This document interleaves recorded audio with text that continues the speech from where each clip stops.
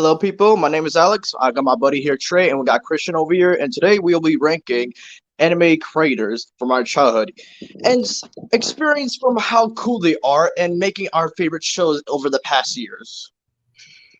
as well as the other stuff that they've also worked on, which makes them equally awesome because it shows how versatile they can be with other different stuff for that matter.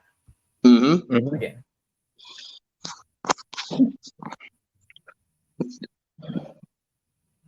oh wait, oh yeah, like I see, yeah. Under where it's just like buy gold, buy, yeah. That's what. Thanks.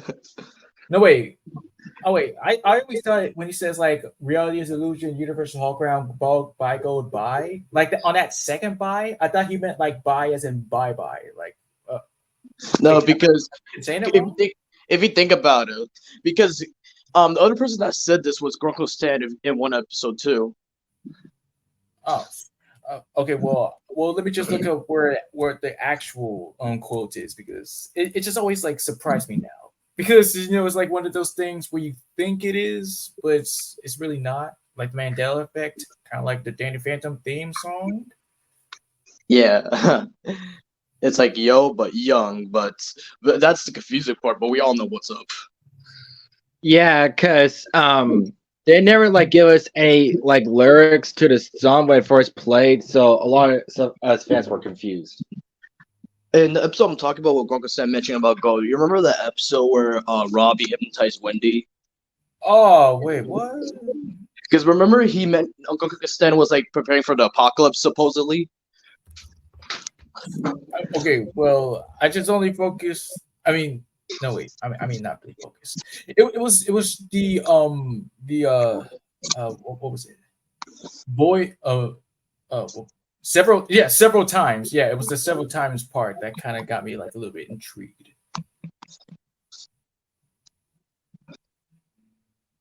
Because yeah, that was the name of the episode. That was the name of the episode. Like same different plots happening. I mean, yeah. I mean, I do still appreciate Land Space for like guest starring. Bass. Oh, okay, my fault.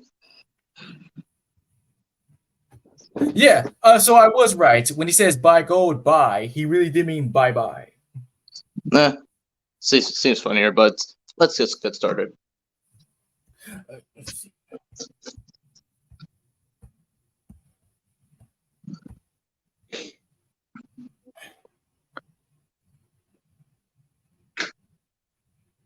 Okay, so before anything else, there's no F or D's or C's in this occasion since, well, other creators have been through questionable stuff. Oh my fucking god, Fresh, that was funny. Like Chris Savino, creator of Loud House, Skylar Page, creator of Clarence, Justin Roiland. Yeah. Wait, hold on. Sorry, I'm sorry for interrupting you, but the whole speech you just did, you glitched out. Yeah, I heard the same thing. Oh my gosh. I was wondering why nobody else jumped in. All right, so all right, but all right, to keep it short, just what? Go ahead and say it. No, I was like, continue. I'm waiting. All right, well, I'll just keep it short. So, other creators have been through some questionable stuff, like Skylar Page, Chris Sabino, and anybody else who's done some stupid stuff. But today is about greatness. There, how about that? Okay, Yeah. yeah. Also, by the way, with Justin Roiland, he was proven innocent, so there's that. Oh, okay. Well, let me just do a slight little intermission.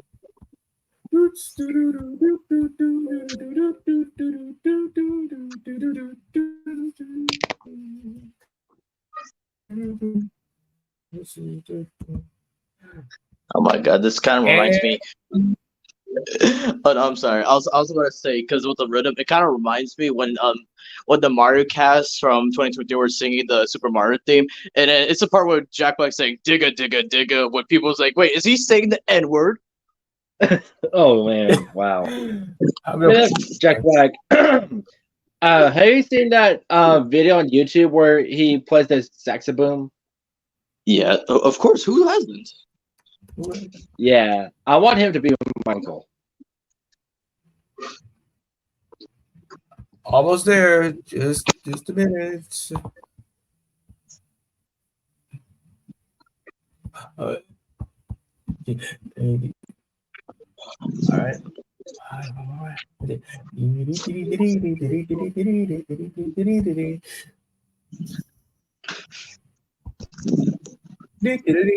All right. Yes. All right. Now we. No, wait.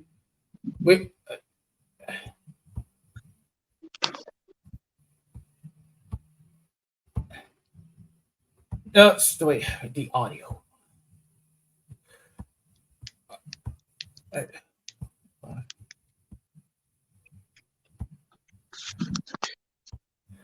There.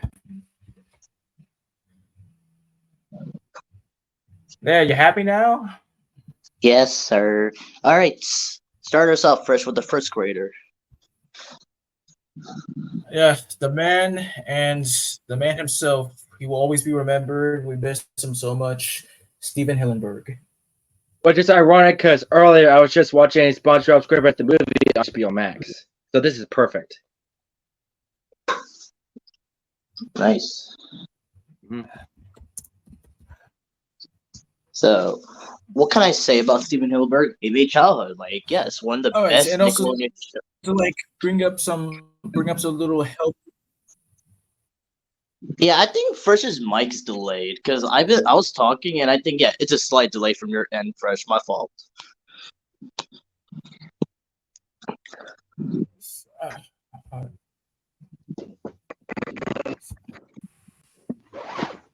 All right, can you hear us now, Fresh? I mean, I could still be able to hear you. Is yeah, wait, yeah, something's definitely wrong with the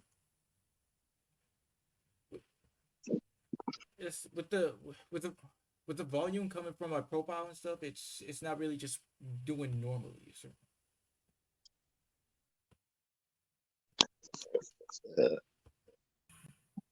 Yeah. All right, you good now? Oh wait, I think I fixed it. Okay, we're good. We're good. Okay, let's go back. So, as I was saying before, the slight glitch. Okay, as I was saying, what can you say about Steven Hillenberg? Like, first off, rest in peace to him, and God bless him for making one of the best Nickelodeon shows out there. Couldn't say it better myself. I mean, we wouldn't know about SpongeBob if it weren't for him. And the reason he created SpongeBob About Sea Life because he is in fact an real life ocean. But what's the actual term? Okay, look, he was an marine biologist educator. Thank you. Yeah, that's the main reason he created SpongeBob. And yeah, it gave us like one of the best Nickelodeon shows ever. And still popular to this day. Well, of course, sadly, the seasons still suck. But yeah, Steven really great. It was this great show. Some people like it. Some people think it's garbage because the way how SpongeBob acts. But I still watch certain episodes of SpongeBob. I mean, don't get me wrong. Tom Kenny, excuse me. Tom Kenny does great as SpongeBob, and so does the rest of the cast for certain characters. Oh yes, to elaborate, Tom Kenny, Bill Frickabucket, Caroline Lawrence, Doug Lawrence, we got Roger Bumpus, Laura Allen, Mary J. Colette, Brian Doyle Murray, and yes, rest that comes more. Also, yeah, Dee Bradley Baker. But what was so interesting with Steven Hillenberg is that the early concepts of SpongeBob is not like what we see today. Like, I believe his early name was, what was it, Sponge Boy? Yeah. Yeah, and like a lot of these characters had different designs. Like if you look back to Mermaid and Barnacle Boys, like the designs back then, looked totally different. Like it was like fish like at first. Wow.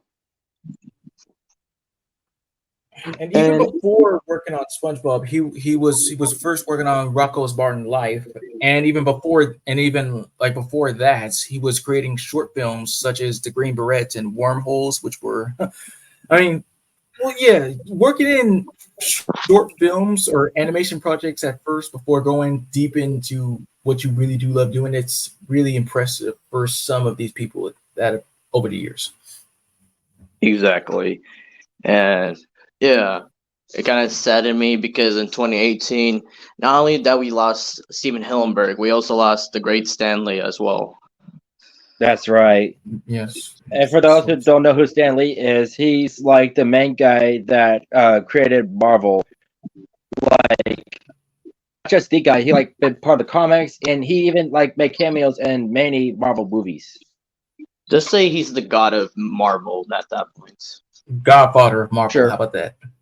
Yeah, and Yeah. not just only him, there was also Jack Kirby who helped them out. And what was so shocked, I know we're still talking about Steven Hilbert, but what shocked me about Stan is that even though, like, with DC here and there, because I know he did make a cameo in the Teen Titans, movie in here and there, but what do you call it? I was shocked to know that his favorite character from DC was Lobo.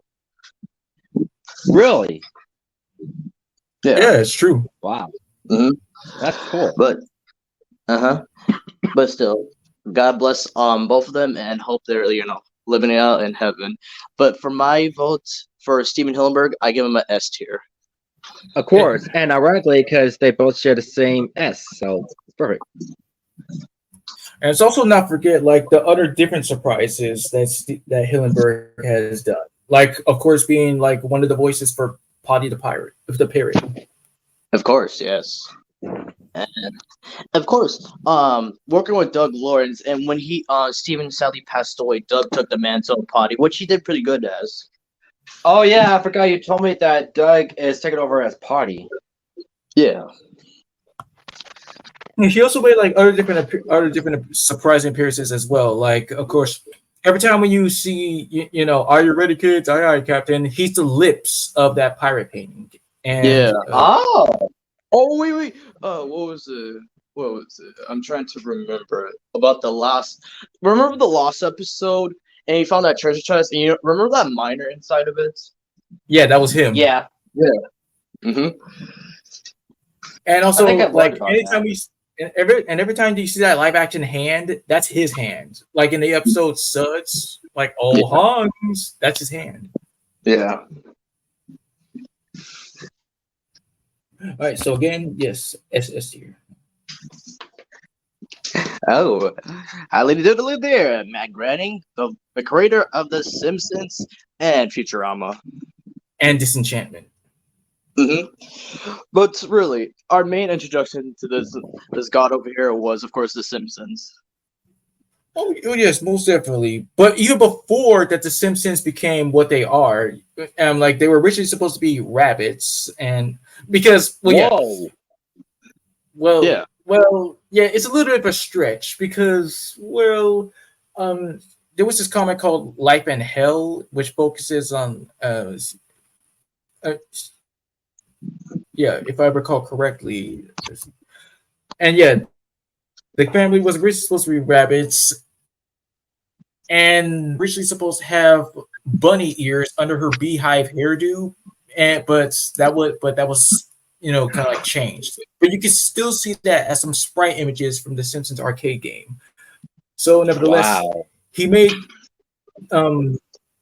the Simpsons yellow in order to grab the attention of people surfing on the channel, which was a little bit interesting. I see.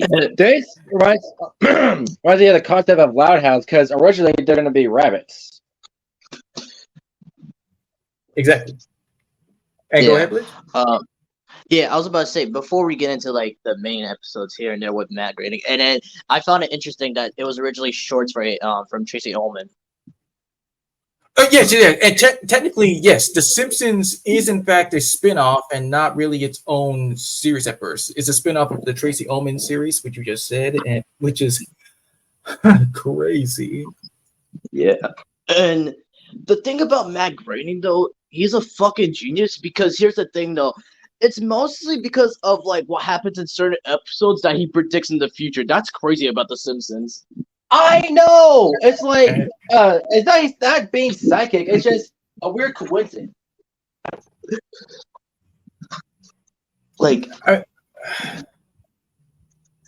I was about to say, like, never mind. Go ahead first.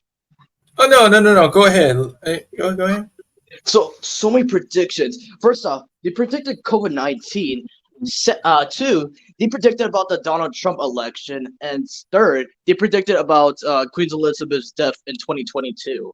Those are just the main. And don't forget 9/11 because there's a magazine that had night and the Twin Towers making it 9/11. And just convincing that Matt Grading himself is like just a time traveler if you think about it. I mean, theory wise and everything. But still, it's still awesome what he does, and with the cast he has, and I believe he did base like everybody's names from his own family, right? Yes, and let's see. He provides the sucking sound effect for Maggie's pacifier. Until Really? until Nancy Cartwright took over. Wow. I mean, That Maggie, is she's been played by. talent. Oh, go ahead. I mean, Maggie has been played by multiple different other people that you would not believe. So there's that. Yeah. Also. I mean, one was James Earl Jones for once. James Earl. Oh, voice wise, I thought you meant the second pacifier part. No, but that was cool though. But yeah, just appreciate. Speaking of Simpsons, I saw an Instagram post that after 35 years, they're killing off a character. Oh, I heard about that. Yeah, they killed out one of the background characters, like from the bar, named Larry, and yeah, I actually saw that clip where like he was just like sitting there. Mo was like, Larry, and he's not moving or anything, and yeah, they just hosted a funeral for him. Oh, that's Wow. messed up. I mean, yeah, you kill off a character, but that's been a background character for years. He didn't even have like that much like speaking role, like because he only had 2 lines ever in the Simpsons show. I mean, well, that's what they call background characters for a reason. Yeah. But anyways, yes, I do appreciate the cast they have. Like, yes, we got Dan Castellaneta, let's see here, Nancy Cartwright, Yardley Smith, Hank Azaria, and Fresh. Would Julie you like? Kavner. Yeah, Julie Kavner. Let's see, go on for your list. Well, yeah, Harry Shearer, and just a whole buttload of multiple different recurring and special guest stars here and there. Exactly.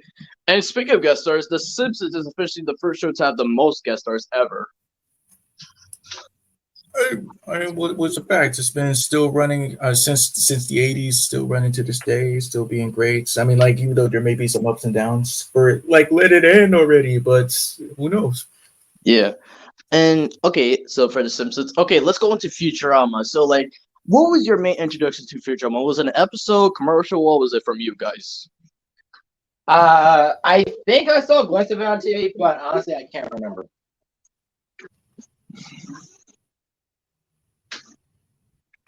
For my side, I believe that it was Watch Mojo, technically. For me, it was when I bought the Simpsons movie on DVD.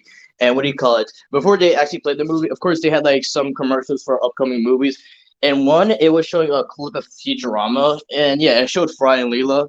And then I officially watched it on Fox for the first time when I was a kid, and it turned out really great. But of course, there was this one episode of The Simpsons where they did like crossover with Futurama. If you ever seen that episode. I did not. Tiny bit. Yeah, and basically because there was this whole mayhem of Bart's. Basically, he was sneezing on the sandwich, put in a time capsule, and that time capsule like basically became a mutation of Bart's DNA and became like mutant rabbits because there was a rabbit's foot in there.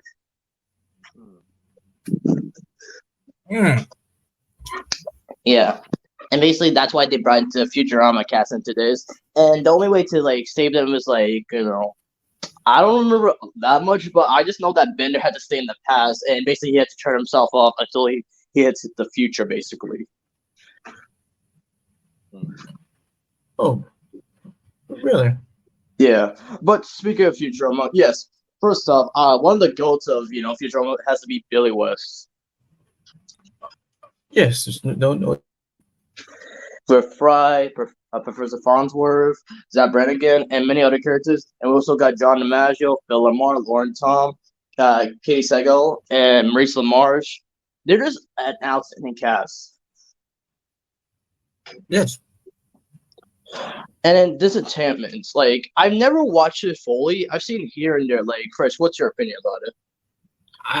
Same as you. Never really saw much. I'm like, oh, okay. Well, this is. It kind of reminds me a little bit of like Game of Thrones, a little bit. It's Game of Thrones fantasy type of deal. I've actually seen some Game of Thrones here and there. I never actually like watched any of like the seasons, but it's all right to me. But back with Matt just being one of the awesome creators that we know today. But yeah, it's still impressive that his one big show is still going on to this day. I give him an S tier. And also surprising enough that like Futurama came back, like revived back from the graves to still just be on TV again. Also, so. Mm-hmm. Okay, next up, Butch Hartman. Yep. Now, Butch here, he created many cartoons, but before this, he was part of something else. Like, remember who was he part of? Well, yeah, wasn't he part of Family Guy? I mean, for the early seasons,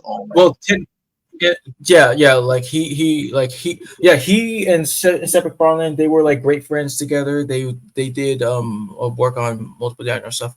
Like they were part of Hanna-Barbera or Cartoon Network, where they work on stuff like Johnny Bravo, Cow and Chicken, I Am Weasel, and even in Family Guy. In the original pilots, he did voice Jonathan Weed before Colossus Rocky took over. Exactly. Also, another show they worked on. Yeah, another show they worked on was Dexter's Laboratory. Just pointing out the facts here, but yeah, I just like how Butch and Seth were like good friends back then, and like we call it months ago, recently they were reunited, and Butch Hartman actually gave Seth MacFarlane a picture that he made for his like Family Guy characters, but in Butch Hartman style. Nice. And speaking of which, yeah, and in fact, what was it? The Family Guy character Dr. Hartman is actually named after Butch, Elmer Earl Hartman, Butch's real name. Yeah, that's a really good thing to do. And what do you call it? And speaking of which, with the works, they actually made this one project called Zoommates, but it didn't really go anywhere. I saw it on YouTube. It's actually really good though. Oh wait, yeah, I believe that you did show us that. Yeah, because their main cast was Thomas L. Wilson, Phil Lamar, S. Scott Bullock, and D. Bradley Baker. Yes. But going back with Butch, yeah, he was like one of my favorite creators because, creating childhood shows like Fair Odd Parents, Danny Phantom, Tough Puppy. Can't really say much for Butts in This Beast because I did see episodes here and there, but they really cling to me. It's like the three main shows that he made was just perfect. Exactly. Yeah, I agree more.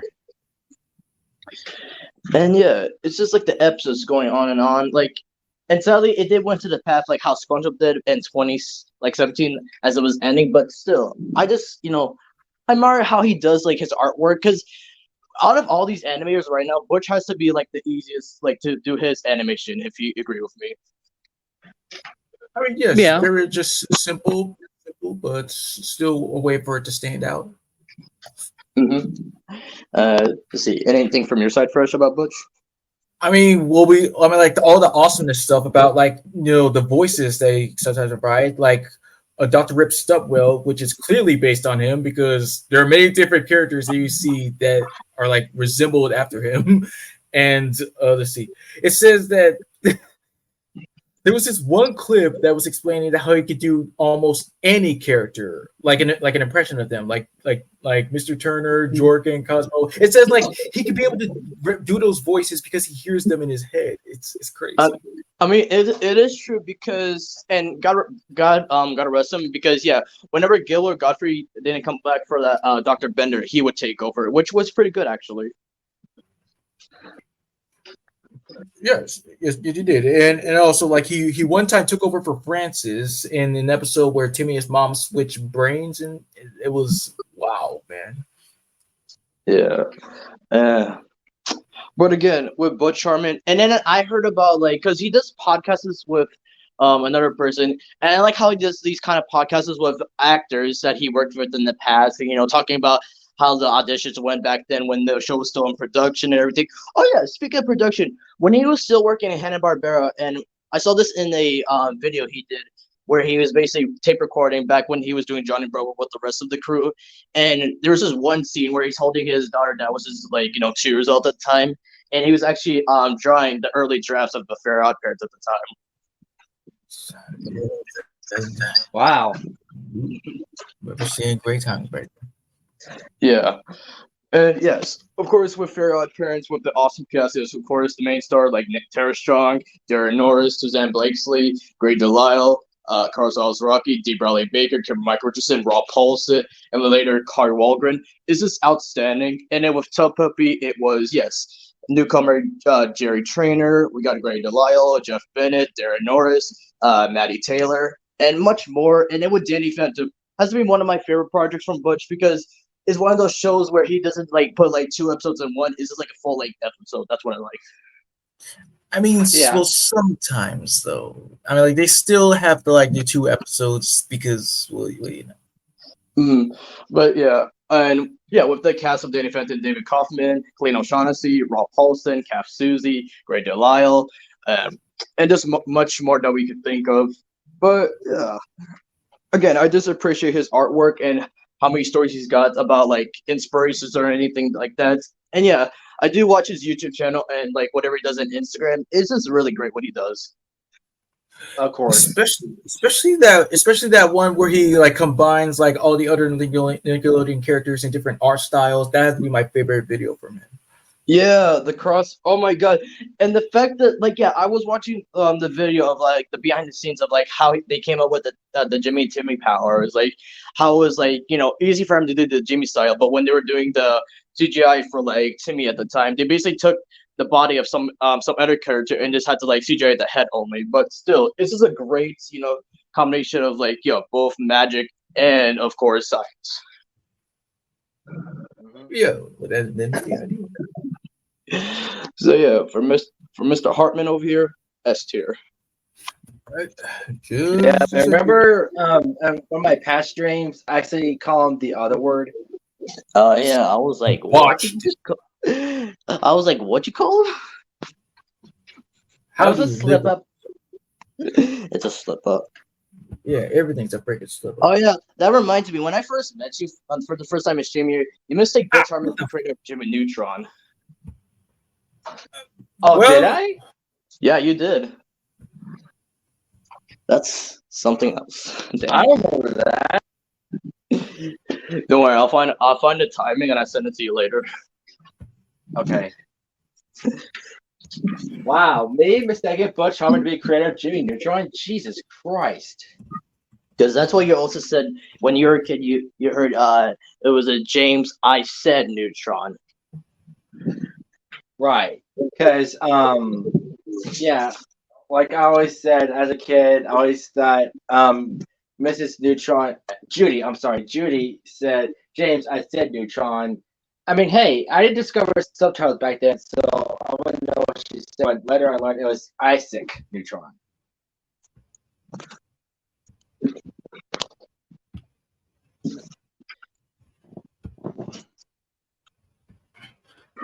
Yeah, there's an intermission because again, some stupid pop-up, it just like got rid of everything.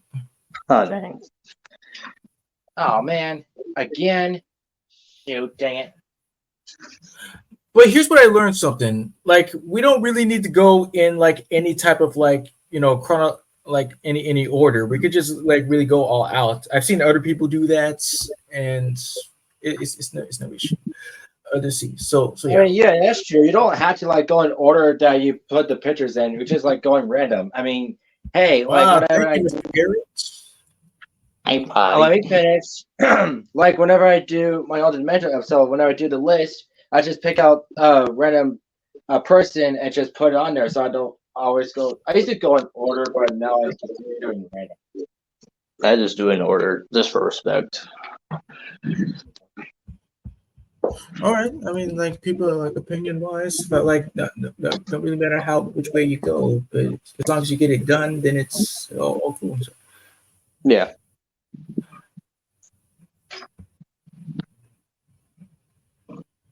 oh wait, what? What?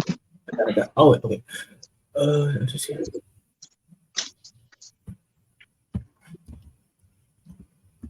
Oh, the ice cream truck is here. Be back.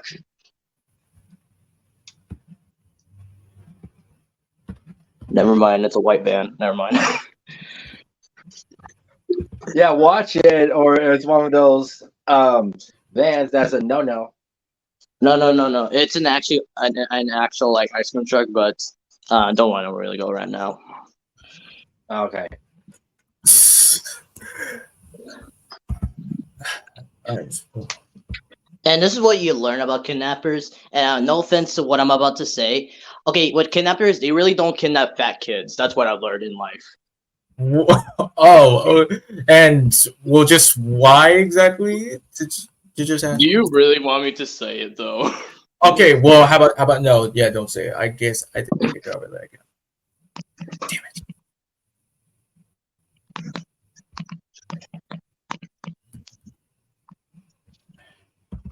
And, there are times where the kid would annoy the kidnapper so bad the kidnapper will take the kid back where they found him. Oh man, that actually reminds me of Board Game Crash, where Dutchman took SpongeBob with him, and then he brought back a few seconds after because he's like talking nonstop. So I hope that actually happens in real life. I mean, well, the difference is real life. I mean, looks look deceiving. You can't always judge a book by its cover. Remember in Family Guy when Peter was gonna, the first time the guy was like, "Hey kid, get in my car. I got some candy," and then he was like, "No, I shouldn't go in that stranger's car." And then the next, in the news you see like a kid get a life size of candy, and then the next day a nice guy would come in and he'd be like, "Hey kid, come in my van. I have some candy." He's like, "Okay." Next day he gets molested. What the fuck? Yeah, they took Don't Touch Book by Summer way too like crazily because like imagine this really grotesque guy, ugly guy, creepy is like, "Hey kid, I have some candy. You want some?" I was like, no, I'm good. And then he actually has some candy. It's not gonna kill you anyway. He's trying to be nice. But there's like a sweet, handsome, well dressed guy. "Hey, want some candy, young boy?" "Sure." You guys molested. I mean, just summing up what we just said, but yeah. Well, I was just trying to like base a scenario like that in real life, not just that. Well, no. Hey, you got parrot syndrome. That's what that is. Just repeating everything everybody else says and not really come up with anything else. That's called being kiss ass.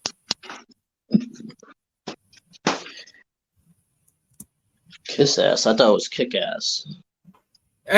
Do you even know the definition of kick ass? Kiss. Like, do you know what that means? I mean, I did explain it before in the stream, but yeah.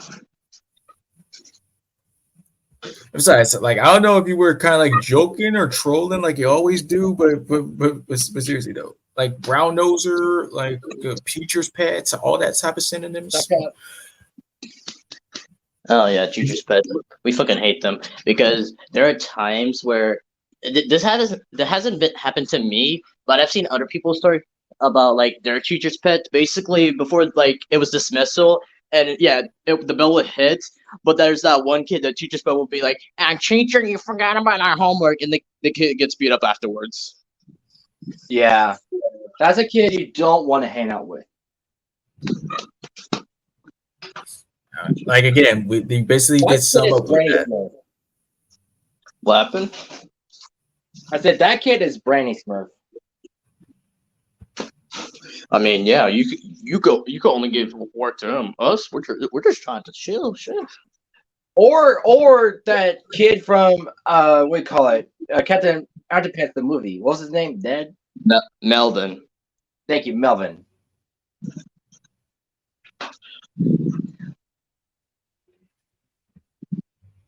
Oh yeah, I remember. Yeah, there was a joke where Melvin was listening to the rules, and then yeah, Professor Poopants did point out like we do have a suck up in the class.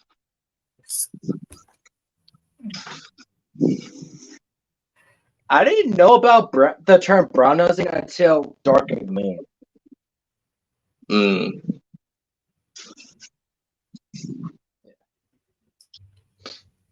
Of course, I didn't know what think that meant until, like, I think my mom or my dad explained it to me. Oh, okay. And what were you gonna say first? um, almost like have them. Maybe like again. Let's see. Well, let me just like go back here. Oh, right, okay. Let me see. Yeah. Oh, all right. Just a few more, but could just continue to talk amongst yourselves while I get. Also, I forgot to tell you this the other day, Blitz. I found an Instagram post that apparently Tom Holland and Zendaya were in a car together, and they got pulled over, but they didn't get a ticket or anything because the officer recognized him as Spider-Man. I mean, that's how a lot of celebrities get out tickets for. What the fuck? What? I mean, that's No, I'm no brainer. serious. Like, I don't remember what post it's from, like people or a news, I don't remember, but yeah, it's true. Like the officer recognized him as Spider-Man, and he was free to go. Dude, that's like a lifetime ticket over there. Also, yeah. Also about news about Tom Holland and Zendaya. Apparently, they're talking about marriage. Whoa. I mean, I'm not against it because, like, um, Tom Holland did have a crush on Zendaya, so I mean, it checks out. That's And not the, that's not the what? point. That's not the point.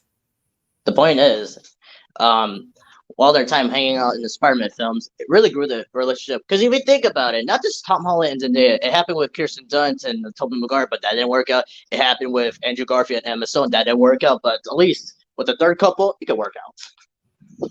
Third time's the charm.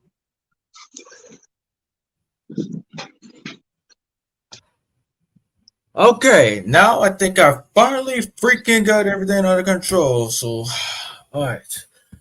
Freaking internet. Stupid pop-ups. Whoever started this should be ashamed of themselves. I'm sure whoever did was ashamed of themselves. I think I did hear about, like, not just the pop-up ads, but like ads you see on YouTube. What did apologize about the ad showing up? But Shame, never did get rid of them, did he? shame on you, shame on you. Did you get that from Family Guy? Yeah. Wait, what episode?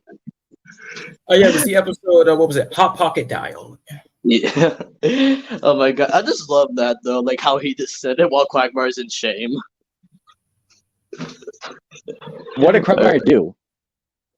Okay, well, according to the episode that I just said, Quagmire, like, he accidentally pocket dialed Peter, saying that he wants Lewis. Like, he loved her for years. He'd never been so in love with anybody, so that caused them to fight and call up their friendship. And well, of course, they get back at the end because, again, most episodes that you see every time they fight, just be like, okay, this is just getting stupid. Huh. Wow. Hey, Lois, I got some buttons. One out the semen. Semen? What does he mean by that? That's not what he said. That's what he thought. Oh man, it's just funny how he thought that though. Oh my gosh! All right, let's get back to this. Just breathe. Okay. And then when I said like any type of order, we could be just like again. Okay, so all right, so let's choose. Okay, let's choose Seth Green. All right. Yes, and of course, yes. Again, with it being so difficult to just get everything right here. So, all right. So Seth Green. So very surprising that the guy doing the voice for Chris Griffin from Family Guy would turn out to, create Robot Chicken. It's so very just it blows me away. Exactly. Not just with Chris Griffin, but when I found out years later that, of course, because I watched Robot Chicken before him, but finding out that he was the creator and doing like a lot of the voices, because yeah, of course he's the creator, it just mind shocked me. Because there was this one day I was in my grandma's house and this robot chicken just came on and I heard Leonardo's voice. I was like, wait, is that Leo?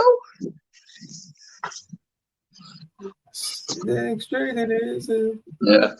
And I especially remember my first Robot Chicken episode I watched. It was like a Christmas one that showed Robin and Batman.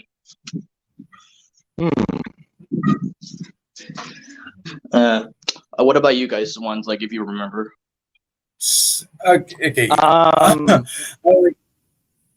Yeah, go ahead. Go on ahead if you can. I mean, like, of course, like I'm just gonna say no clue. Okay. well, No, I'm talking about Family Guy or Robot Chicken. Robot Chicken. Robot chicken.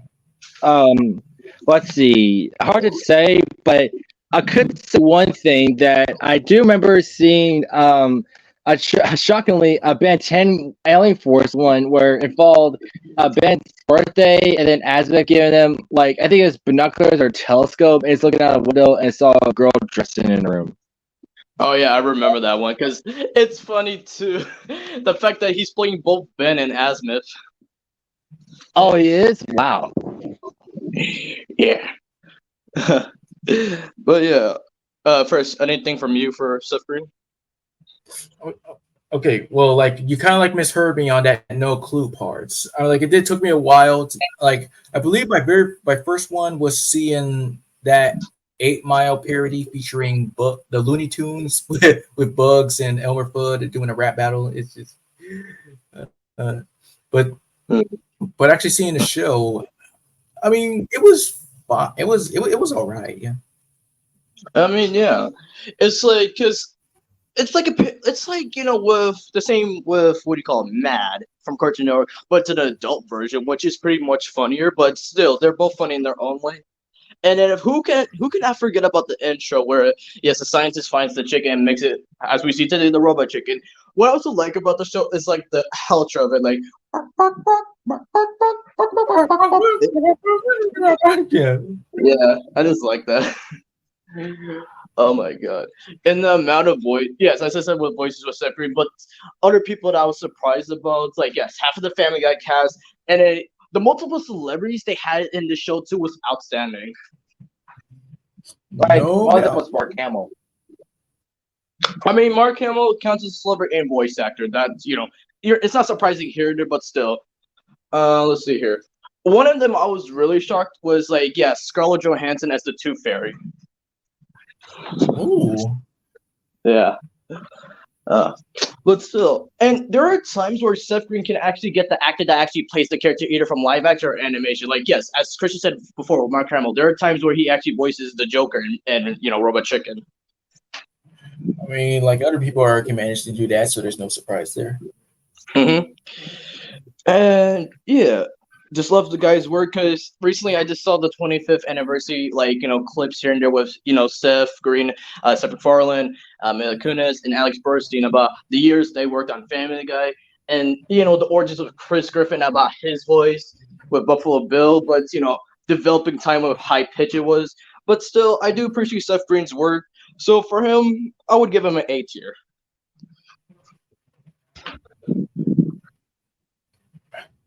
Also, I'll be right back. I gotta check the mail real quick. All right.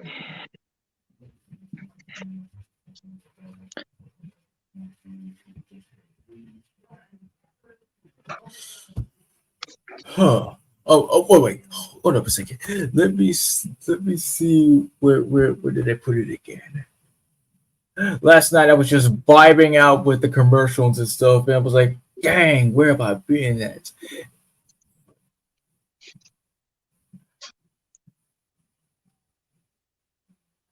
That's worth a shot.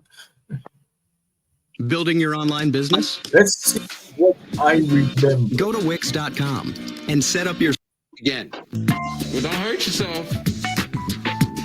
They've heard it all. Everyone was laughing. I just laughed the loudest. Now, Built Rhino Tough. Join the stampede. At Red Robin, what makes our gourmet burgers even more craveable is our crispy, bottomless steak fries and our refreshing, bottomless freckled lemonade. They're uniquely created to be insanely delicious. Red Robin. Yum. Oh. Tonight at 8 on Cartoon Network.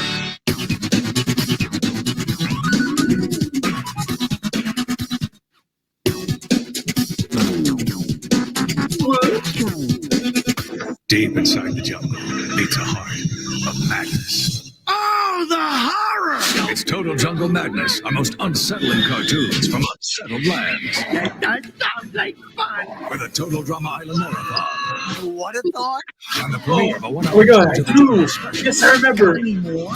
Keep your shirt on. Woo! Please keep your shirt on. Excuse me for living. It's Total Jungle Madness, Sunday starting at 1 with the George of the Jungle special at 6 on Cartoon. Now demand relevance. Now demand savings. Yeah, I remember that. Now demand. Thursday, Total Drama Island, when the campers compete in a boot camp. You just bought yourself 20 more push-ups. One team will be crushed. That's going to leave a mark. Literally. Yeah. Total Drama Island. Yeah, I remember that episode, like, yes, this chef taking over. And if it wasn't for this episode, that was the, like, beginning of Duncan and Courtney's relationship, if you remember. Oh no, I do. Mm. Wait a second. Beginning. I mean, a little bit of a. I mean, if you want to be technical, I think them trying to, like, make the best food in order for Chris to try. Like, if you can't take the heat, I think that was kind of like a little bit of the beginning. Mm. But, like, lovey, technically wise. It was okay. Well, you had to be, like, specific. So. Yeah. But yes, I mean, the only thing I liked about that episode was when they did that Thriller reference. Yeah, I saw that too. Whoa. Oh yeah. Do you remember that one scene from the episode where they had to, like, write a whole ass page essay, and then with Duncan's, it was like, I really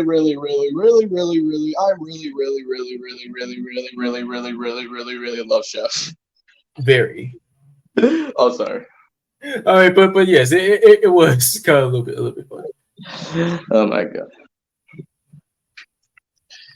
But let's not forget, of course, like, Harold has had enough of their boots or BS. So let's see what happens when someone messes with your love life. No, and then, okay, I'm not even mad about that vote, like how he rigged it, because kind of deserving it. Because if he did it to one of the guys that knew would get suspicious, doing it to Courtney, then that would have been more, like, deserving. Yeah. But it's sad though, because in the next episode he got booted out. Ah, yes, he did. G, now playing in theaters.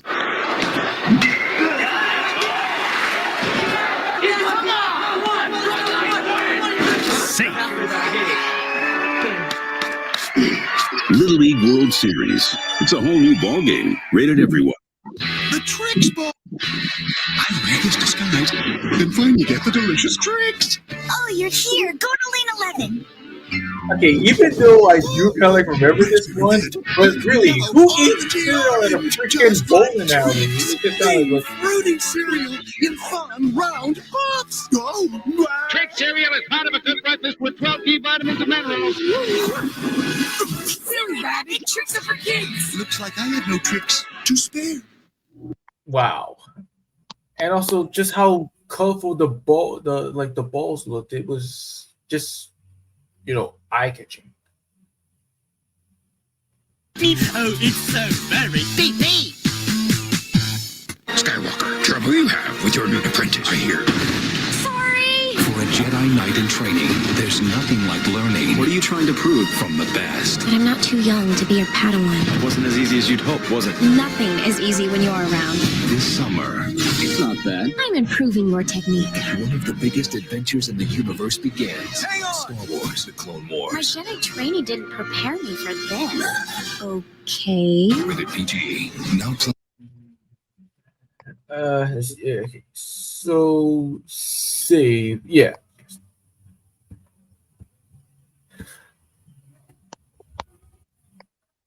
Let's see. Was it? Oh wait. Was it this one? Or this one? Oh! It's shocking how some electricity providers treat you. With surprises on your bill, promotional gimmicks. Just gonna skip that for now. Endurance. It's what separates the men from the other men who aren't as manly. Girl, ain't nothing gonna stop me from winning today. Chowder, part of the non-Whippet Games Marathon. A chance to grasp eternal glory. Team We're gonna bring the dinner to the table, and then we're gonna eat it! Drama. Let's see what you got. The serious drama of the games must be taken seriously. Go team. Total Drama Island, part of the Nun with the Games Marathon. Today, starting at 4 on Cartoon Network. Oh yeah, question. Uh-huh. When they were announcing when the cartoon would come out, do you remember in 2013 to 2014 they would announce the episodes early in the morning and seeing which ones will come out, and they would show the character beneath it. It would say it will be coming at 7. You ever seen those commercials? I think I did. Yeah, those were the best.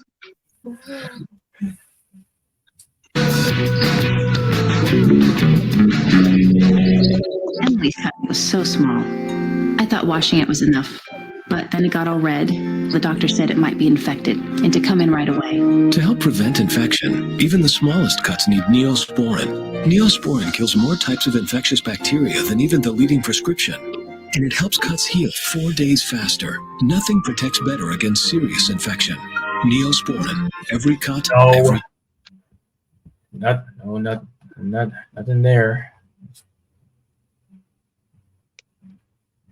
DVDs, watch the free TV. Call 1-491-1433.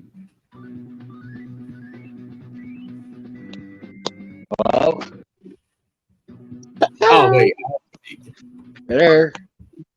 Hello there. I was trying to say I'm back, but I guess I didn't hear me. Apparently so. All right. The next one in the list. Bring out the legend, Craig McCracken. Oh boy, where to begin? Yeah. I mean, before even watching the Pop-Up Girls, I think it was, also some, well, a little bit of Pop-Up Girls, but it was mainly Foster's for me about like how I witnessed his magic. Yeah, for me, it was the Powerpuff Girls, and then finding out he was the same creator of Foster's, and then surprisingly when he went to Disney, making Wonder Over Yonder, that was even more surprising. I know. I'm still shocked about that. Mm-hmm. And yes, as I said before, along with film with Butch Hartman and Seth MacFarlane, all 3 of them with Cow and Chicken, I Am Weasel, Johnny Bravo, Dexter's Laboratory, and then when all 3 of them made their own shows, it's even more unique. And I like how sometimes in certain shows, you can see a cameo of him. Yeah.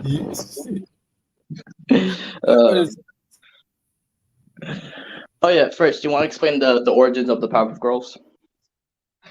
Wow. It's very honorable and a little bit sad at first because you'll understand why. Okay, so yes, when he was a boy, he was he always just used to draw all the time and would always have his dad draw pictures for him. He would direct him about where to draw it, but when he passed away, he had to push himself forward to just improve his drawings and stuff. Wow. Yeah.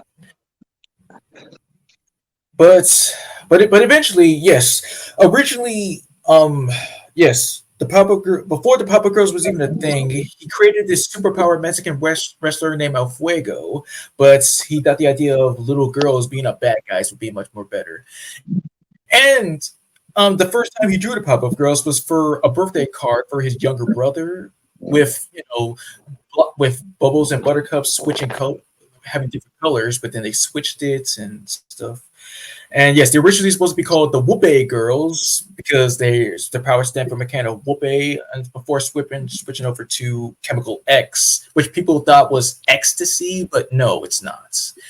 And let's see, of course, while creating the villains, he created a scale that ranges from evil to dumb. Like the Amoeba Boys are at the dumb level of being the most stupid villains, while him is pure evil.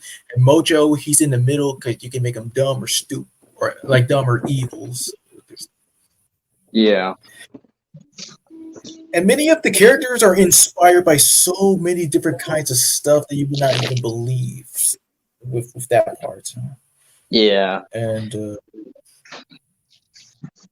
that's really all I can say. When the Pop-Up Girls says at some point, and of course the movie it also did well, and the special Pop-Up Girls rule it was all right. So a little bit and we don't talk about 2016.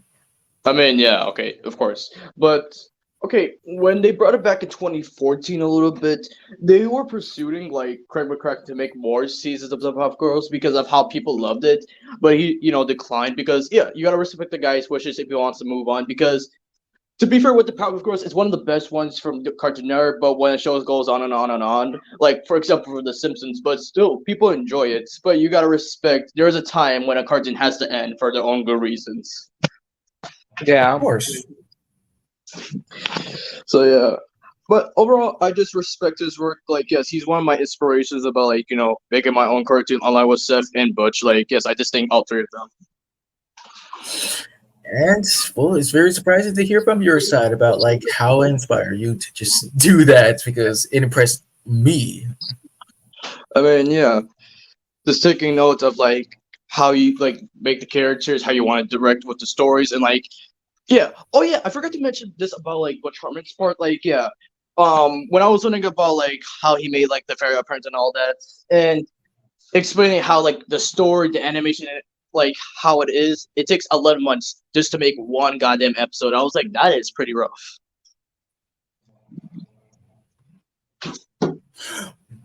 Yes, which we will get to other different people about how they do episodes, but yeah, it's very, very time consuming. So yeah, for Mr. Craig McCracken, I give him S tier. And while we're at it, how about we discuss his wife, Lauren Faust, also? Yeah, really inspiring lady, yes, I must say. Like, Fresh, take it aside. Okay, yes. So she, along with Craig, they came up with the concept of her what was it, foster home for imaginary friends as an idea for some dogs that they wanted to adopt and stuff. So yeah, you see the little bit of a connection right there. Mm-hmm. And also with Lauren Faust, you might know her as the creator of My Little Pony. Friendship is course, Magic. Yeah. I actually learned about her through the audio commentary of like several Crusher Girl DVDs, and I admire her work. It's also that she created a pony, especially Friendship is Magic. She did great. She also created the show DC Superhero Girls 2019. Oh, did she? Yeah. Yes. She did. Cool. And I do admire her work. Like, Oh no, go ahead with yours. Oh, no, you go ahead. I'm just gonna save it for last. It's a little bit of a oof, but go ahead. Just admiring her work with, these type of girl shows, enjoying them when you were little, and you still have opinions to them today. And then when I found out, yes, she was the creator of the 2019 DC Pro Girls, showing like how impact, like how many, girls could have, like with superpowers, anything like that. Because of course with DC and all that, but just focusing for them being in high school as a different story. That's just how amazing it was. Bet job on dollar. But going with you. And yes, even though some people can do great things here and there, there's also some hiccups here and there. Like one episode, everyone knows it's Bendy. She did apologize for that episode because, well, I mean, come on, it's trash. Well, I'm glad she felt sorry for creating that episode to begin with, because everyone has that episode. And I did mention this in the past stream that in Watch Mojo of top 10 moments that made people rage quit. That was one of them. And but of course, about Adventure and Omniverse, the episode where Ben supposedly broke up with Julie. That was also one of them. I mean, yeah. I mean, that's why kind of like, have mixed opinions upon Omniverse. That's why I prefer Ultimate Alien and Alien Force, but it's still, here and there. Oh yeah, speaking of Fosters, I know she didn't write that or like did anything with it, but another time that people got like mad at the show Fosters is like, remember when they were all taking a trip and what do you call it, at the end, Madame Foster was by herself and she didn't want to take anybody with her? Right. Well, and you gotta. And people in the like when they were like first reviewing this episode, people were like, that like she's out of character for that. To be fair. You think You think that part that she was like out of character? You should have seen that stupid episode "Say It Ain't So." Like they were all supposed to go to this awesome freaking amusement park and everything, but I knew they that was take. coming up. But I was supposed to bring that up too. Like I saw the episode, I was like, wow. But technically, Blue was at fault here because like she wouldn't be able to go to the sewage store if he had shucking her up and had the bun pop out, and she wouldn't done that. If he like avoid doing that, he would have fun at the fair. But eventually, that we did go to the fair. He did not enjoy it. So I mean, what was the point? I still actually don't like the episode. So yeah. Thank you. Yeah. But otherwise, Well, I still really like Lauren Faust's work. yes, I do too. I just wish she could have done more of these kind of like inspiring shows a little bit. So that's why in my votes, because if I see her do more, then yeah, I just have to put an A.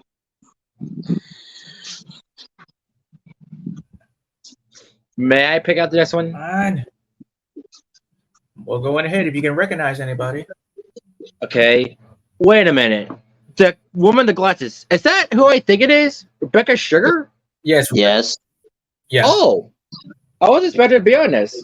Because have you even seen Steven Universe Fresh? That's why I made this. That's why I made the B tier into that because there's a lot to discuss. All right, I did put her in the creators, I did put her in the creator special Hall of the Greats episode. So, yeah, well, you know. So all right, then I'll talk a little bit about her. So, I didn't know about her mainly because like I didn't know who she was. Like I didn't know certain creators. Before I watched Steven Universe on Cartoon Network, because I seen commercials and promos here and there, and then I finally got to see it. I forget what specific episode it was, but I was like, "Why are these girls are different colors and they can transform into Oh my god! this giant?" Oh my god, Christian, how wrong were you for saying that? These girls were in different colors. Now that just sounds so wrong. Wow, you are racist. What do you want me to say? First off, they're not girls; they're women. I can't say most for eminence, but oh my god, Christian, the way you said that, they're in different colors. Yeah, no shit, but you can see. What do you want me to say? They're the crystal gems. How about Okay, just say I'll get to that, multicolored? Okay, that actually sounds better. Thank you, but Just say multicolored, okay? That's even much better. okay, let me start over. Get it out. Anyway, I was like, why are these characters multicolored?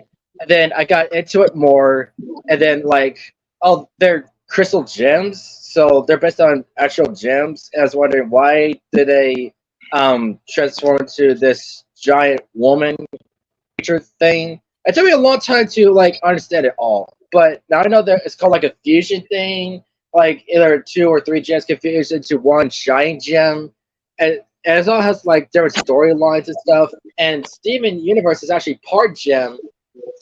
It's really confusing if you don't watch the show fully, but I still kind of enjoyed it. But what I didn't realize, it took me a long time, that yeah, it's all about like, you know, LGBTQ kind of thing. Because like the reason why every crystal gem is all female, because you know, LGBTQ things. So that's why it's like that. But I still enjoyed it because like I got like really introduced to like certain voice actresses like and actors or whatever, like Kimberly Brooks, besides mentioned Omniverse, and then Michelle, what's her last name? The one that voices Amethyst. You should know. You did a birthday video for her. Michelle Knotts. Yeah, I got it. Michelle Knotts. Michelle Knotts? That's the voice of Jessie and Misty from Pokemon. What the hell? What? No, oh, shoot. Okay, let me just shorten out before I screw myself up. The point is, the certain voice actors I met is pretty awesome. I still think the show was pretty great. They made a spin off of it, made a movie about it. still really great. A lot of fans still enjoy it. I would rate Rebecca Sugar to A. I mean, if I could say it from my side, because I have actually seen some of the show from the beginning, like from the first season, and a little bit in the middle. I didn't see that much, but I did see the last episode, which was pretty powerful in a way. So yeah, I remember there was a commercial about a new show coming up in November 4th of 2013. Of course, seeing the first episode and seeing how Steven is growing up with the crystal gems and learning more about his powers and his backstory of like where he originally came from and how of course the many adventures he has with the crystal gems.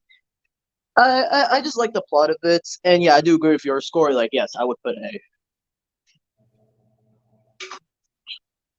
So yeah, the part where I said that earlier, just edit that out. Oh no! Well, I'm gonna be saving that for the best moments though, because I have to, and I'm looking. All right, what's your vote? All right, who's next? All right. Or until all right, there, better.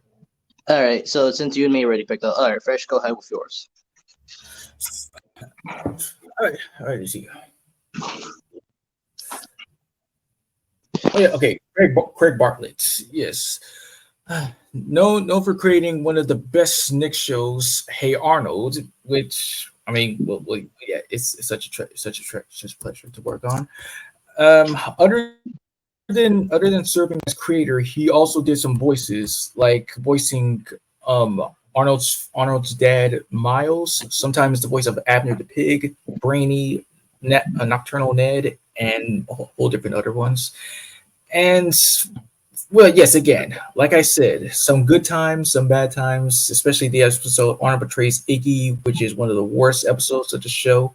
And there's many different, what was it? There's many different Dinosaur Train. misconceptions. What? Oh, I thought you were gonna mention other shows he's worked on, but go on with yours. Oh, I will. I will get there. Like there were some misconceptions about the episode, like how he hated it so much that he made the staff apologize, but that wasn't true. And well yeah. So that's in the past. But some other stuff, like he did say, Dinosaur Train, which was really, really like shocking because I'm like, oh look at that. I like the way how you develop shows, how you go from just mature and then kid friendly. It always surprises me. Exactly. And there's this one project he did. It was basically like a 1 hour and 30-minute movie. You ever heard of this thing called Party Wagon? No. But yeah, it was. I noticed right away it was the same like design as like the Hey Arnold characters. Yeah, notable ones that were in that project were like Maurice LaMarche, Sean Astin, Caroline Lawrence, Dan Castellaneta, Josh Hutcherson, and many more people you would recognize. But it's cool here and there. But of course, we did talk about Hey Arnold in our past ranking, streams here and there. So for my vote, valid, yes, because Craig is a very good creator. Yes, he is. And it's a shame that Hey Arnold never really got season 6, but at least we did get the Jungle movie, so there's that, which also did all right. Yeah. All right. Damn it, Bobby. We got Mike Judge over here. Yep.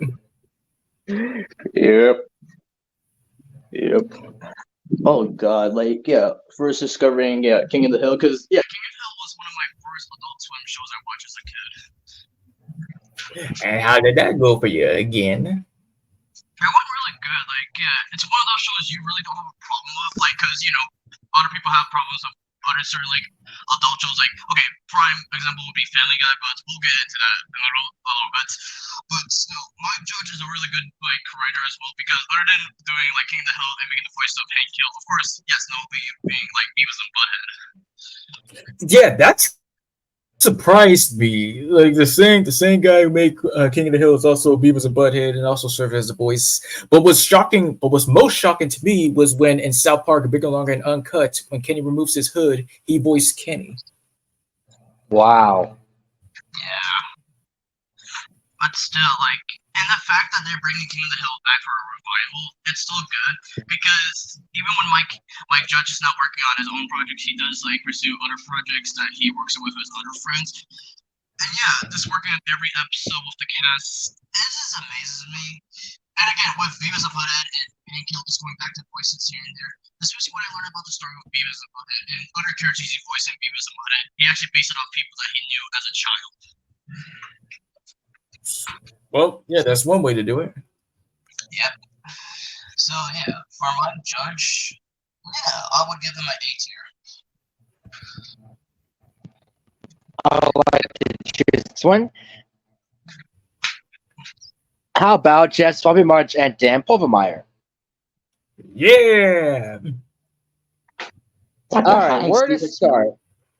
Of course, like two of the greatest creators ever on Disney Channel.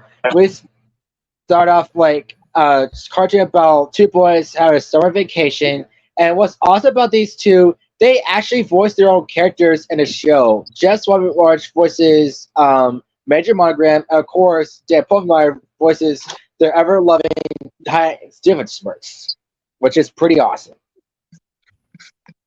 Yeah. Your turn. Well, you already took my turn, so go ahead. I'll fresh with you. No, I mean, like, your turn to speak of the creators.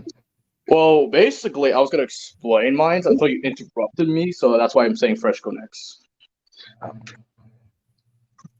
Way to go, Deadpool. Sorry. Okay, if I remember correct, go ahead.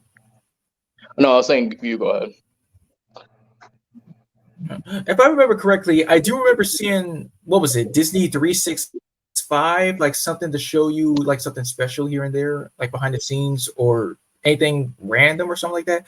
But I do remember seeing the behind the scenes of Phineas and Ferb, and it really did shock me to see the creators about like, yes, how they did the voice, especially with Dan Pulvermeyer doing Doofenshmirtz. It was like, wow. And then actually, you know, seeing their other different works, like before working on Phineas and Ferb, they did work on like other different projects. Like Dan, he worked on stuff like SpongeBob and Family Guy, and Jeff, like, let's see. If I remember correctly. Don't forget, both Dan and Jeff actually worked on the original TMNT show back in the 80s. Right. Oh. Yes. So there's that. So I just find it so like every other person who, you know, are friends working together or doing something cool. That's what's really awesome when creating a show. That like I'm just saying that for a fact. I mean, yeah, it's funny how you mentioned SpongeBob because Dan was actually in an episode cameo. Yeah, but the fact that he's running from a robot, but it's derailing Baker's scream for him. Look at that. Yes. I was about to say, look at that. Enemy is doing another voice for an enemy, Parent Platypus, and Dr. Hines different scream. Yes. So what? You think like about robots? Bring that up. We don't think we know. Oh my god. Oh man, now oh my god. Anyways, yeah, I love their work in Phineas and Ferb. But what do you think of Mile Murphy's Law? I never watched it, but I've seen commercials here and there. But what I didn't know at the time that Weird Al Yankovic voices Milo himself. Of course, yeah. Now that's pretty awesome. And a few years later, Dan Pulvermeyer created his own show that his daughter got to voice the character Hansel and a show Hansel, Hamster and Gretel. I mean, what am I saying? She voiced Gretel, not Hamster. I'm such an idiot. Yeah. Anyways, going back, first, what's your opinion about Mile Murphy's Law? Same as Christian. Like the cast, it did like fascinate me, but I'm like, it just made me miss Phineas and Ferb even more. Okay, yeah, there's that. And, but they are planning on bringing it back in the future. Yes. What I was about to say with Mile Murphy's Law, then watch a little bit of it. Yeah, like the crossover. And I like how in Mile Murphy's Law, half the cast is like the fans for Oh, be right back. My mom's going. Keep talking. Okay. And what's another cool thing is that Dan and Jeff got to voice their own characters in Mile Murphy's Law. Like, yes, Dan got to play this guy named Dakota, while I believe Jeff's character was what? If I go back here, Craven. I think his name was. What? Yeah. What'd you say? Was his name Benny? Benny. No, like Dan's character in Mile Murphy's Law. Wasn't that his name? No, his name is Dakota. Really? Yeah. Well, dang. I mean, like, I guess it's like been some time since I did that creator special, but still. Yeah, Vinny's that character from Mission Marvel. Remember the guy at the hot dog stand? Well, again, it's been some time. Mm-hmm. But yeah, it's cool that even though he's not working with Jeff at the moment, and Dan's doing his own project by himself, and like yes, as Christian said, like having his daughter do the show along with other like excellent voice talents, both of them are equally good for just making the top dog the thing's firm. Good. Powerful words.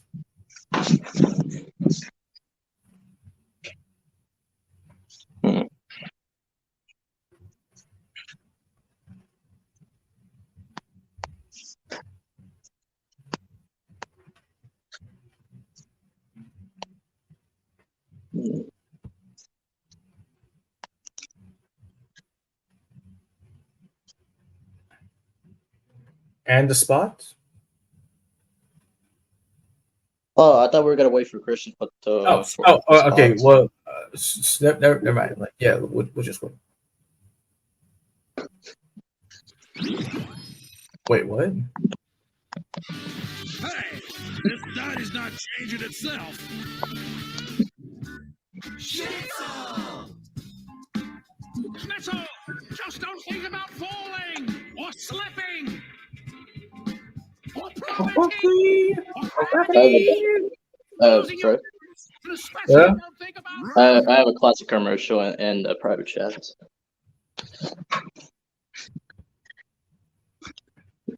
Did you check to see? Oh.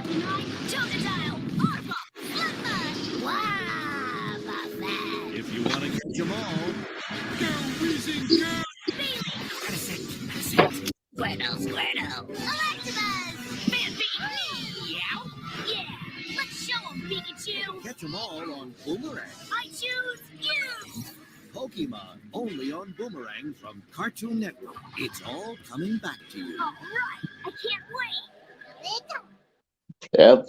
I remember seeing that as a kid whenever I was waiting to see the other shows, but yeah, it was one of the few classics from Boomerang. Speaking of which, now that you brought that up,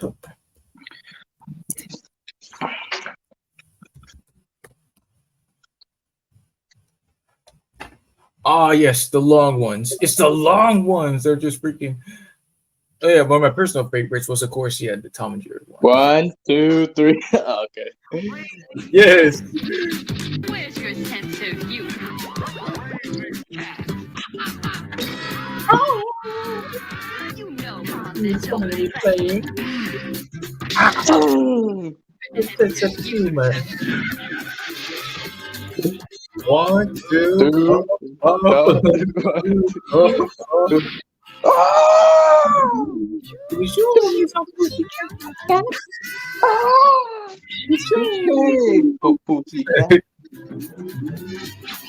Dog food, cat food. Now let's cut to that creepy cat. If we must have a pet, let's make it a mouse. Bam! And when you play music, it listens. Oh! Weeknights at 7 on Boomerang. Oh man, I remember late 2014 and 15 when I used to play. Well, it says it right there, brother. And who can forget about this? The first time that you did that we saw this, you were making me die. Because it's one of my favorite commercials from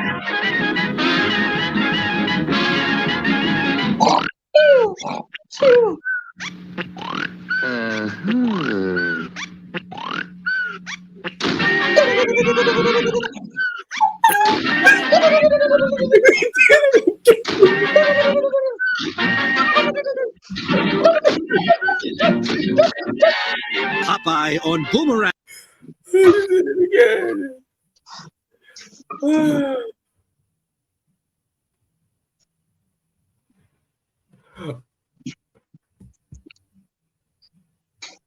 What's up, everyone? You cannot read me, I ain't no page in a book. But there's a way that I could make you look, make you look, make you look. Wow. Oh my goodness! Just everything that you do, it catches. I can be able to get the song. We know All right, fine. Monte Carlo and to never be blue. It's a lot like friends. Just keep saying yabba dabba dabba dabba. Your sweeties left for to eat it. We can give you a clue. There's no need for cry like a lot. Dabba do. B-A-B-B-A means good. Oh, what magic in a word we found by putting letters around. So if someday the bases were loaded and they're counting on you, you just can't strike out if you love to shout yabba dabba dabba, yabba dabba dabba, yabba dabba dabba dabba do. Now, Yeah, I remember that in the early 2010s. Yeah, it would show it in the daytime, and then at night they would show the actual Flintstone episodes.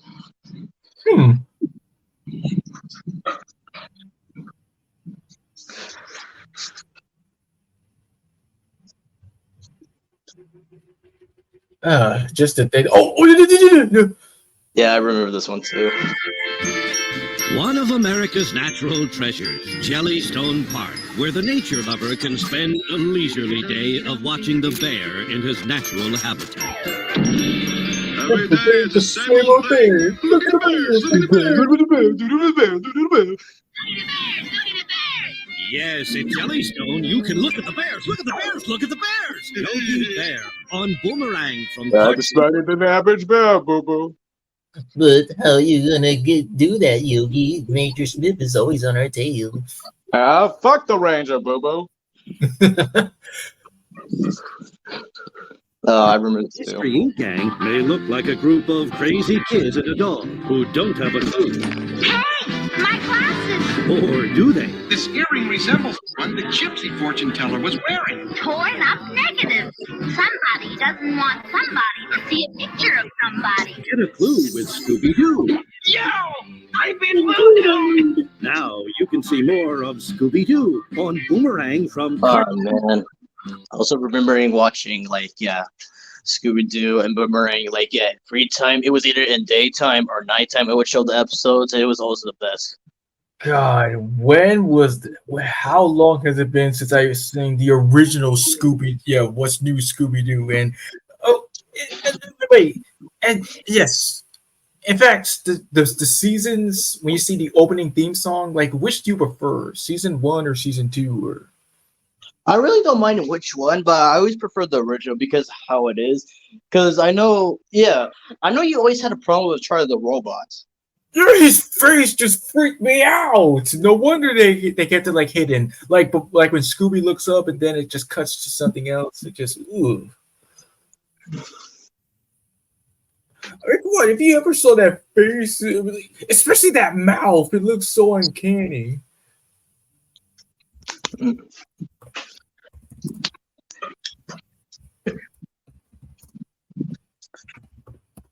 Yes, I remember this one as well.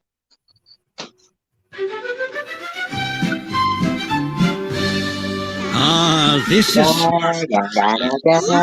Splendor and where young Smurfs grow up.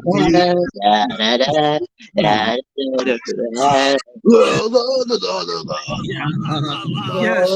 Well, almost normal. The Smurfs on Boomerang. I remember as a kid, I actually watched that episode. I remember seeing a tiny bit. I'm like, oh, so that's where it came from. All this time I thought it was some freaked up Smurf, but it was Big Mouth. Yeah, I remember watching the Smurfs late nights at 2010. Yeah, one of the ones that impacted me is the first appearance was Baby Smurf. Yes, he was one of my favorite characters. Yeah, what was so shocking? Like one of the voices for him in the original one was like Paul Winchell. I mean, technically, it wasn't really Paul. It was this actress who also voiced Sassette. Oh, interesting. Okay. But yeah, I just give my respects and God rest the souls of like who worked on the show, like yes, the legends like Don Messick, the voice actor of like yes Smurfettes. But of course, we always have like Charlie Adler. Oh well, yes, and also like Frank Welker. Yes, of course, yes. But yes, of course. Just see what. Get it. Calzone in my mouth. Hey, get it. Hi, Christian. Knock knock. Who's there? Not me. What's up? In all Who's seriousness, knock knock. Who's there? Dormammu. Dormammu who? Dormammu, I'll come to bargain. Oh my god, he fucking got me. All right, next. All right. So But yes. did you get the joke? Yes, we got the joke, and yeah, we were just waiting for you. So yeah, both me and Fresh agree with S2. So like, what do you want to put it? S tier for yes, S tier for not Butch Harmon. We already discussed him. Dan Povenmire and Jeff.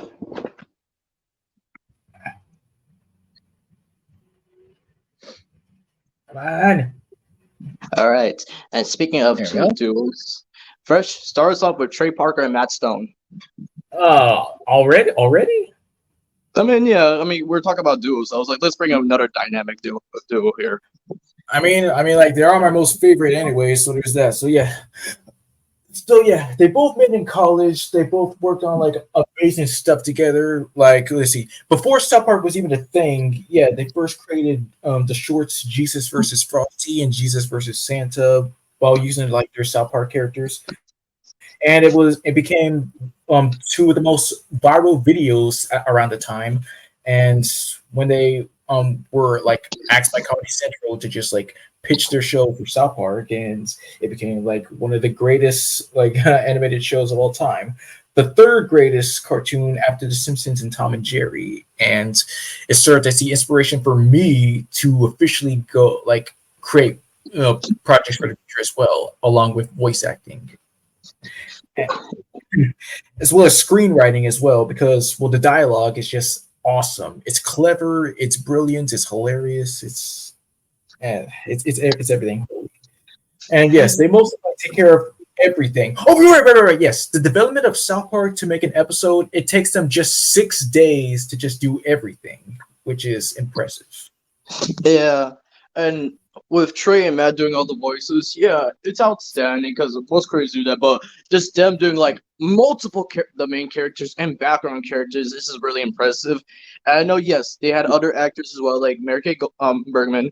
Let's see here. Yeah, Mona Marshall, April Stewart, and of course Isaac. What was it? Isaac Hayes. Yeah. Yeah. I do appreciate all of them, especially with Isaac and Mary, because God bless them, because they worked hard in the show, and yeah, just like matching the voice after Mary said passing, which they did good with, hearing the but with Chef, oh man, just remember the episode of like him just saying random bullshit, like because I read that they were using like recordings from like previous episodes for Chef in that episode because what happened with Isaac Hayes and everything. Well, yeah, when he quit the show, and they had to like do that in order to make him a brainwash, boy lover. Like I'm not gonna say the word because yeah. But there are times where surprisingly they would have like actual like celebrities, like one of them like being George Clooney. Yes, yeah. And also like yes, Jay Leno, Jennifer Aniston, Chong, like a whole bunch. And what was so shocking about George Clooney, because I known him ever since watching the show Roseanne, is that he was a long time fan of South Park, so he was so glad to get a part of it. I mean, yes, he did voice Stan's dog Sparky, but in the movie, he did voice the doctor that failed to save Kenny. And well, awkwardly, Jerry Seinfeld, he was also a fan of the show. He was offered the role of a background turkey, but he was like, "No, freak that." Damn. Wow. Jerry Seinfeld was offered to be on South Park. And also Nancy Cartwright, she auditioned for South Park, but when she read the script, she walked out in disgust. I did read about that, but did it? Yeah, I did read about that, but did it say which character she was reading for, or no? No. No, okay, got you. But still, I do appreciate management because there are times where the episodes could go a little bit too far and then beyond far. But here and there, they're geniuses because I've seen the behind the scenes and like when they're in the recording booth. Oh man, I just remember my favorite parts when they're in like doing the recording. Like, would you like to eat me? Let me eat the pudding or the cuttlefish? All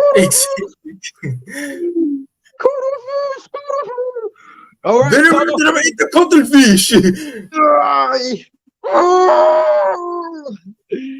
But about what you say about them going too far, that's what they thrive on. Like they're not afraid to just go into controversy because, well, their main objective is just to make people laugh, and they just base like almost everything in real life in episodes of South Park, which is, well, yeah, that's one way to do it. That's how many people do that.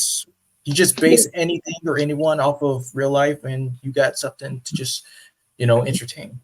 Yeah, and speaking of the behind the scenes, of course, another celebrity that was talked about was Bill Hader.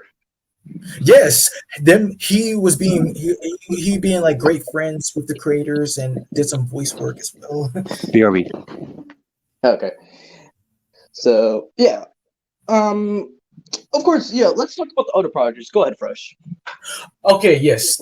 They also worked in film. Like, yes, like they did like this superhero sex comedy called Orgasmo. What the? Okay, that's just funny in a whole. Okay, well, let's actually talk about their top works. Like, what they're, like. Oh no, we're just talking about. Just some other film that they did. But Basketball. Yes. Let's talk about that.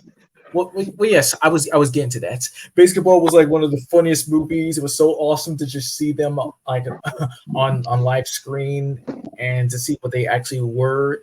Like Matt Stone having that Jufro and glasses, like he did look awesome and stuff. I mean, yeah. Hey, I got. Yeah, I just like how Atreides did that Cartman voice in that one scene.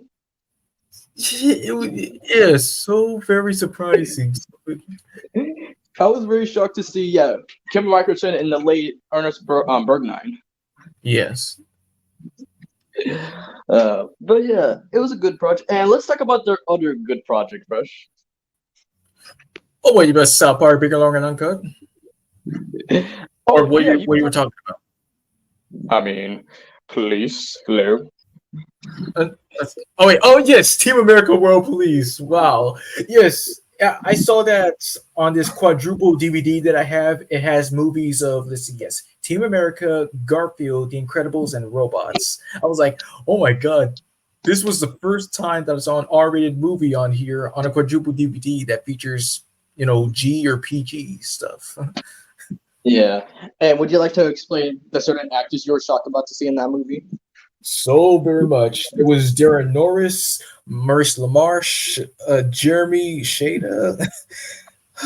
Wow. So many notable different. Fred Tatasciore doing Samuel L. Jackson. Hilarious. Exactly. And it's one of those few times I'm very shocked to hear the actor curse. Like, yeah, that's this was the second time I heard Darren curse because I always heard him curse like in we call it American Dad, but him just saying all those other words I never heard him say, I was like, wow. Exactly. I'm not from Hollywood. I will not do that. Now suck my cock. What? Oh my god, Spotswood was something else. But yeah, going back with the South Park movie. Go ahead, Fresh. Well, yes, like before, like seeing like little snippets of it, like way back when I actually did fully see it, it was a really good payoff, and it was surprising to make it a musical because they wanted to do that because, well, they thought, well, since the first 3 seasons really did suck, and I don't like, I mean, like I agree with them because like it says that the movie was supposed to be a little bit of a finale, but Similar to the SpongeBob they movie. Yeah. Interesting. And I was actually watching the early episodes on TikTok yesterday. One of them was about Ike's bris. Like, do you remember that? Oh, don't get me started on that episode. Like, what about it? I mean, yeah, I watched it before, but them just thinking, you're not gonna cut my little brother's pee-pee off. No, Kyle, we're just gonna make it bigger. Hey, that doesn't seem bad. Yeah, I want mine to be bigger now. Oh yes, right. Yes, I do remember that. And then what do you call it? It was like one of the early episodes. I don't know what they were hunting for, but apparently all of them had guns. And then Carmen was like saying sweet, and Jimbo was like careful with that. And I was like, oh wait, is he concerned about the gun? And he's like, no, he was about the beer. You gotta spill it. Oh my God. Exactly. Yes. Again, like the first 3 seasons, they were stupid, but yeah, they were trying to hunt for this creature called Scuzzlebutt. And I was very like I was like, why'd you do that? Like the bear was barely doing anything because the bear was just sitting in the rock, and they just shot it anyways. Because that's how sick he is. Well, yes. What do you call it? Oh yeah, basing off do you want to talk about some of the characters that are based off like with Trey Parker and Matt Stone? Well, with Trey and Matt themselves, like Trey and like Stan and Kyle are supposed to be little Trey and little Matt. So yeah, and they based Cartman off of Trey Parker's friend from school, and they still remain like close friends to this day. But they really did base him off of Archie Bunker, from like All in the Family.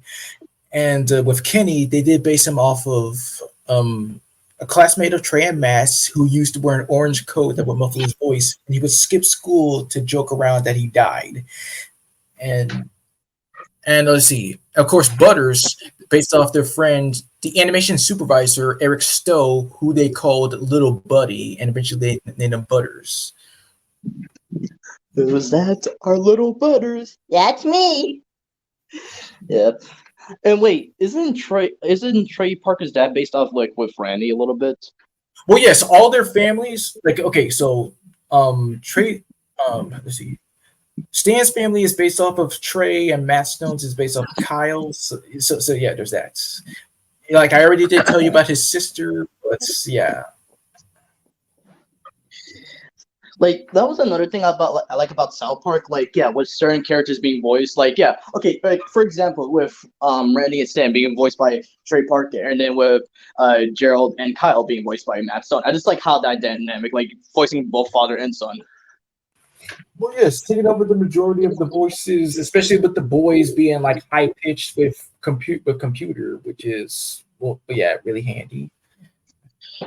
But yeah, as they continue with more episodes here and there, they still do good. Yeah.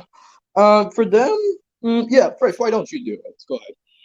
Well, yeah, S tier. Like one of my most favorite things that they'd ever done was that concert, which is brilliant. All right. Next up, let's see here. Of course. I'm always watching you. Bye, go by. We got Alex Herschel here. Yeah. I mean, yeah. But yes, Alex Schurz. Like before getting introduced to him in Gravity Falls, of course, I was notable to his works in of course, Fish Hooks. But him just creating Gravity Falls as a whole, it's a really great show for kids, and the fact that it has 100% on Rotten Tomatoes is like showing how it had an impact on people's lives. Because I did watch this video about like the cast members talking about how the show impacted their lives with animation, or like just doing my own kind of project. And how? Oh, you still want? Okay. Well, because what do you call it? It was with Jason Ritter and Kristen Shaw explaining how they would come up to the actors and say like, "Thank you very much for making my child awesome," and that that's what me to like go into animation basically. That's all I can say. Oh yeah, I was just like saying like and how, as in like. Oh, okay, gotcha. Well, I'm glad.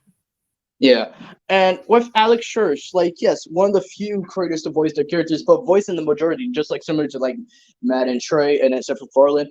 Like yes, Grunkle Stan, Seuss, Bill Cipher, Omen McGucket, Jeff the Gnome, and many other characters that he's recognized for. And the fact that he based this like show off him and his little his sister, wait, twin sister, my fault.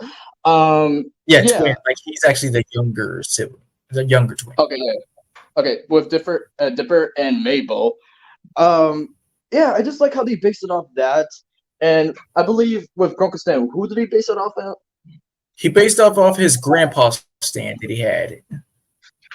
And the fact that he could was able to mimic his voice, like that's really impressive.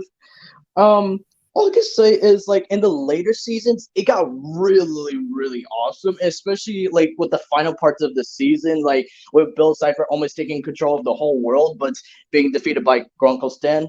That's just a great story, and a more interesting story about like the author of like all the books finding out that it was Stan's brother, Stanford, the original Ford.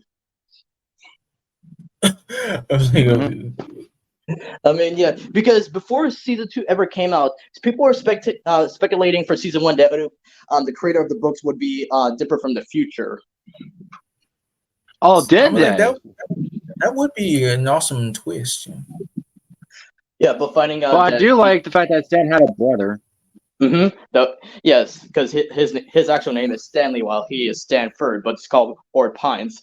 But yeah, just like how he was voiced by J.K. Simmons, and the dynamic between both Alex and J.K., they were like just funny as hell. And then yeah, as the last episode went, like of course Grunkle Stan had to like sacrifice his own memories to defeat Bill, but at the ending, at least he got his memories back, and then now he can spend time with his brother while Seuss takes over for the Mystery Shack.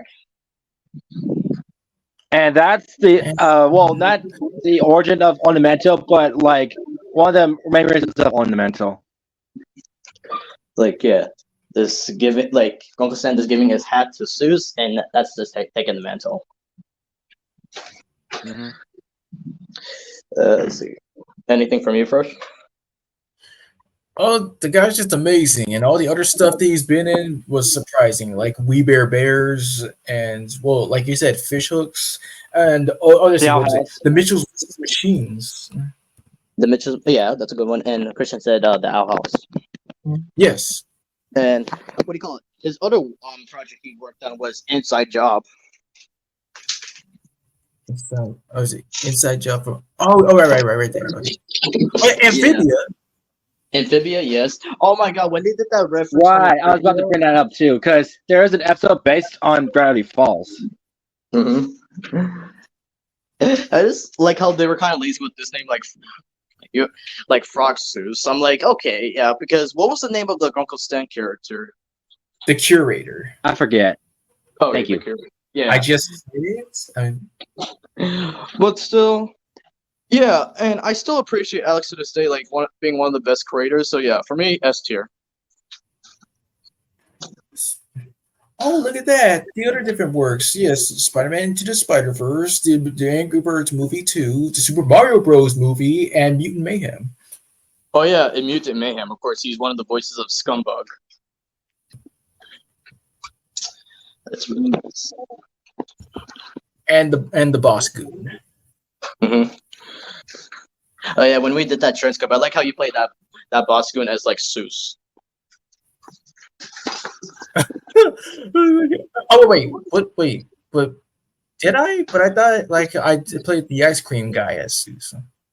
Yeah. Okay, yeah, that's what I meant. My fault. But anyways, speaking of Gravity Falls, let's take it back to Cartoon Network with a certain, I don't know, Flapjack. Yes, Durban Orman. And I gotta tell you, before anything else, what interests me is hearing his actual voice. I didn't expect it to be that high. Yeah, like seriously, his normal voice is like Flapjack and Little Gideon, just as a whole. Like, yeah, I did learn about this in the facts, and yeah, this before they were showing the facts, they actually revealed that he was guest starring, and when I actually heard the voice, I was like, oh my fucking god, he didn't even have to change his voice. He's like, that's just his natural voice.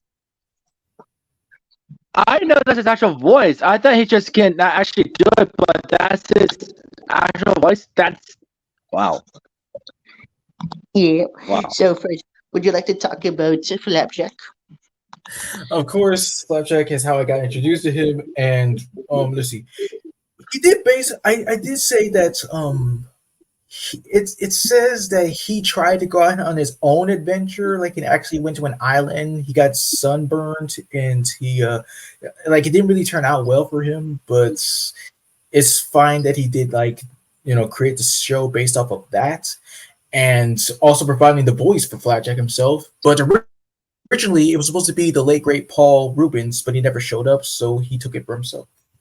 Exactly. And in a way, it was kind of a good decision because hearing yeah, the iconic Flapjack voice, it's just awesome, especially his funny moments to hating moments with Knuckles, but still really good show. And other than yes, Knuckles with Bravo Bill Murray, the voice of the Flying Dutchman, that was even more awesome.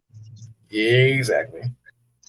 Yeah, of course, we also got Roz Ryan, and it's just the animation. I had no problem with it. It was a very unique because the setting was. But what shocked me was the last episode because I didn't watch it fully. But it's just him with his son as the live action Knuckles and Flapjack for that one scene. I mean, it's weird. Like he did play Knuckles, but his voice was dubbed by Brian Doran Murray because, to make it much more surreal. And his son, yes, was Flapjack, voiced by Durup himself. It's so freaking just topsy turvy. But yeah, after Flapjack sadly ended, and then going to Disney, it was really surprised to see him just in Gravity Falls as Little Gideon. No doubts. I could buy and sell you, understand? Fair enough. Okay, fair enough. Yeah. I just like that dynamic between him and Stephen Root with Bud Gleeful. It's yeah, sometimes you could be mean to him and sometimes you could be reasonable with him at times. Yeah. Other different stuff we also worked on was yes, the Powerpuff Girls, the Green Adventures of Billy and Mandy, Camp Lazlo, Adventure Time, as the Amphibia. Oh yeah, Amphibia. Before Sprig was voiced by his usual voice actor, it was supposed to be him for the pilots. Exactly. And what do you call it? He also worked on Sanjay Craig, and he actually did some of the voices of Sanjay Craig. Because I remember this one episode where it was Mr. Noodmid's family reunion, and he actually voiced some of his family members. Cool. Yeah. And I'm outstanding by his voice work, especially his voice work, and other projects he's worked on. That also include Rise of the Teenage Mutant Ninja Turtles, the Angry Birds movie 2, which he also served as director, and that was just amazing. I'm just see it for myself. Oh yeah, I have a little something in the chat for Mr. Christian over here. Here you go. There's nothing bad. Here, just put the video first. Oh.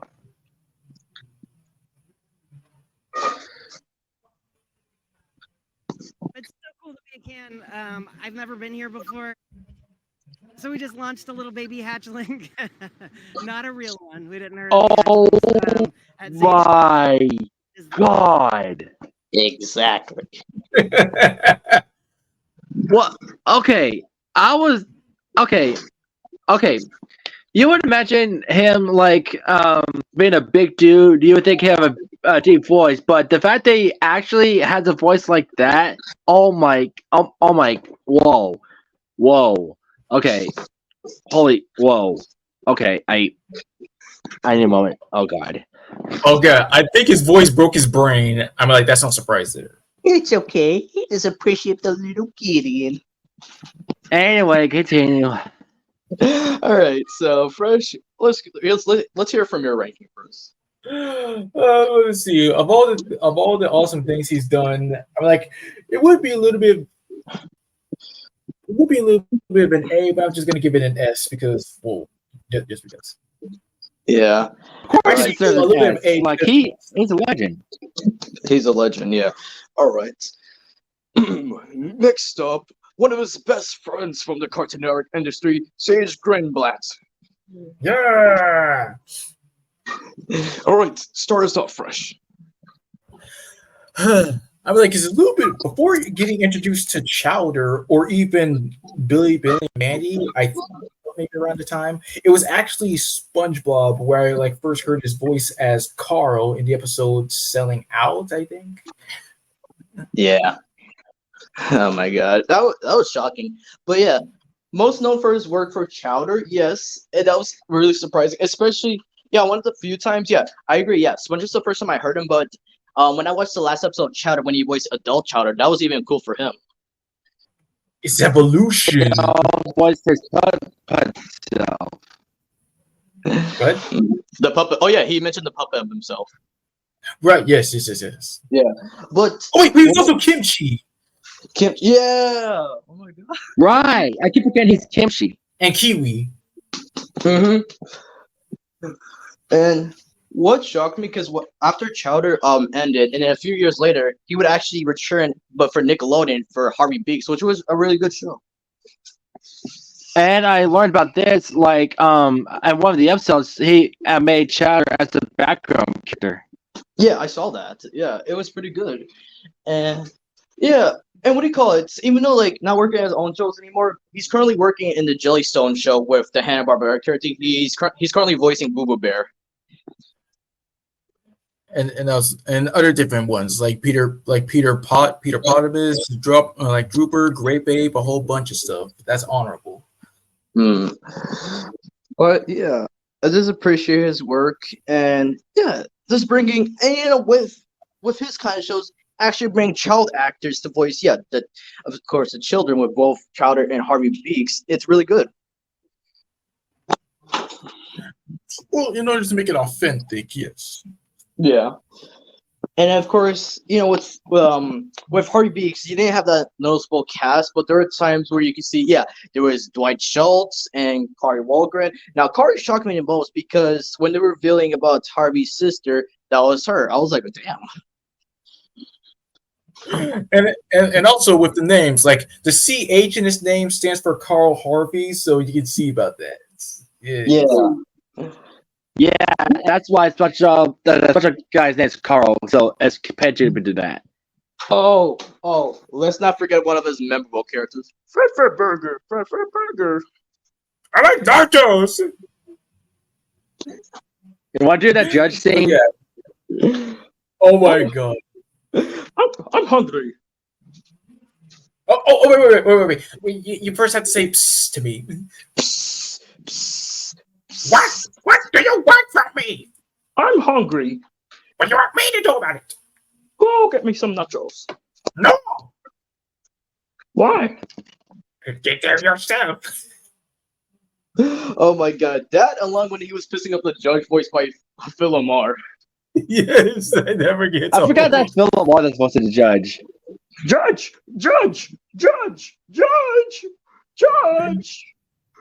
No, shut up. Judge. Shut up. Please, Judge. I order you to shut up. Judge. Why won't you shut up? Burger. Give me that. Oh my god. man. Oh my god. And what's just so funny is that one jury member was voiced by Richard Stephen Horvitz. Yeah, it's just the voice and delivery, of course, which is hard. But yeah, for CH, for my opinion, I'll give him an S. Let's see. Me too. All right, then. My turn to pick. All right, go ahead. Rob Renzetti, the creator of My Life as a Teenage Robot. Yes. I had to look him up because I didn't know who the creator of My Life was. So I was wondering about that. So that's why I suggested him. But how do you agree with me for the next choice? But anyway, so yeah, of course, this is around the early 2000s. We have a show about a warlike teenager named Jane Wakeman, or as her alternate name, XJ9, by her mother, Nora Wakeman. So yeah, she's just a typical teenager. She's programmed to be a teenager. She's like mainly built to be like a superhero, but she wants to be like a normal girl basically. So she meets these two boys who are brothers, and she goes to school, and then she like goes through everyday life, stay in the world, and want to do like normal teenage stuff. But it's a really good show. First time I got introduced to the show was through Nick Picks, through the episode. I forget what it's called, but it has something to do with her again, a term of zits, but it's like nuts and bolts, basically. Bravo. Oh my god, Christian. The fact that you're talking about a robot while you're doing a robot voice, bravo. Oh my god. Oh my god. That So, but no, I do agree with you. Like, yes, it's one of those Nickelodeon shows that don't really get appreciated as much as it should be.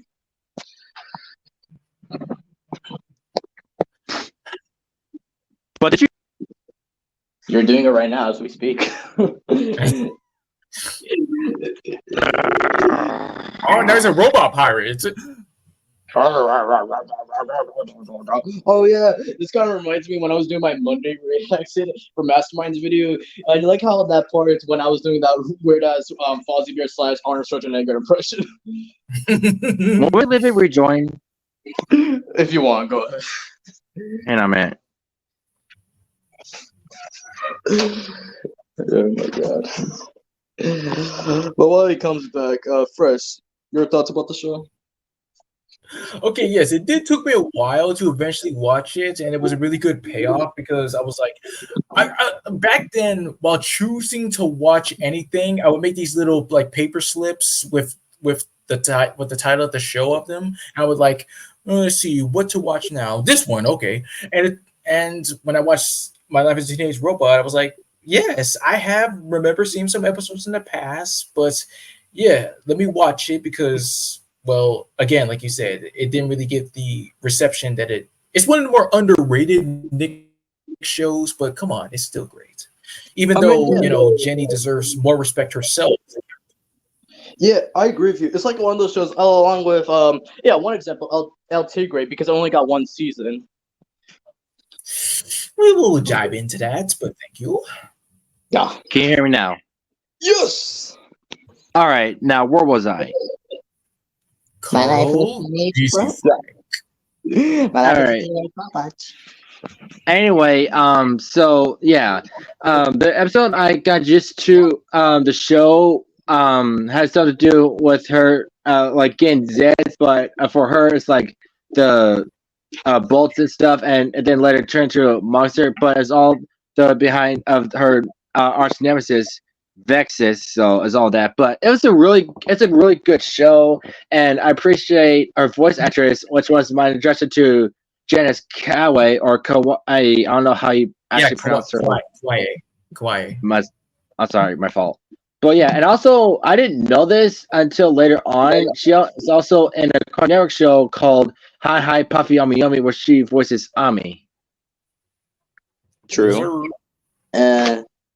Let's see here. Of course, my introduction to her was like the Teen Titans movie when they went to Tokyo. All right, she voices Yanya Girl.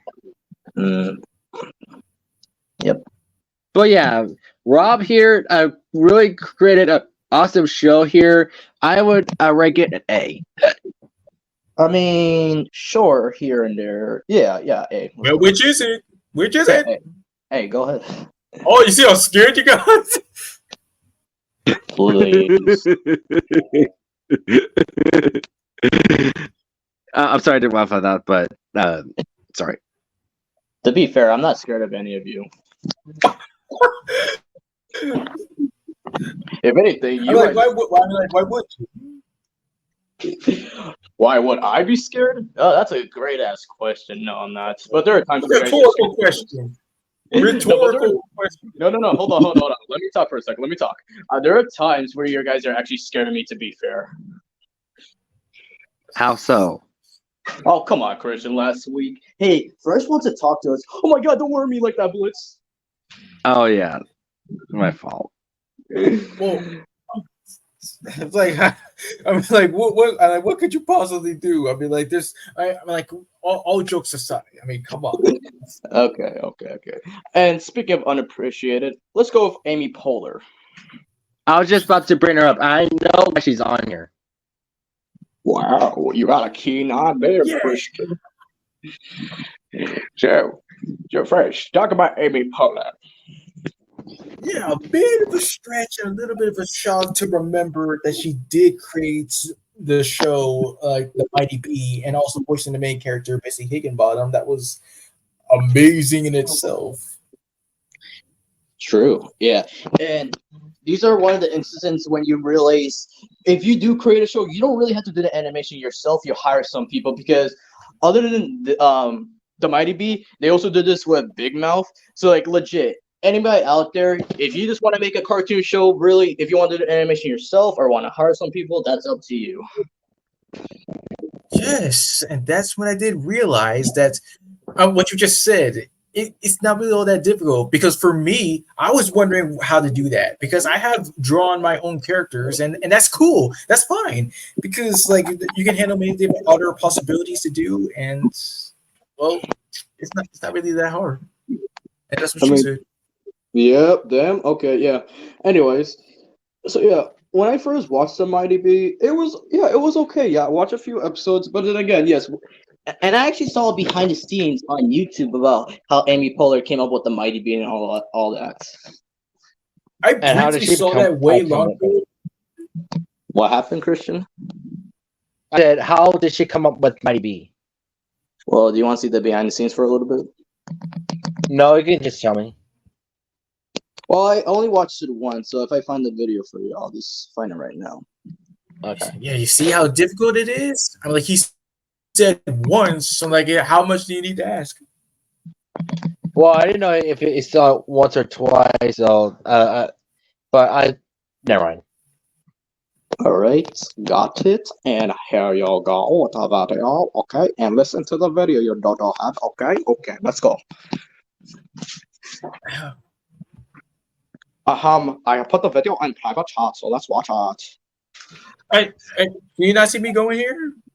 Oh my god. Logan is proud to present The Mighty Bee, the brand new series that before is going to cause a major buzz. Before anything.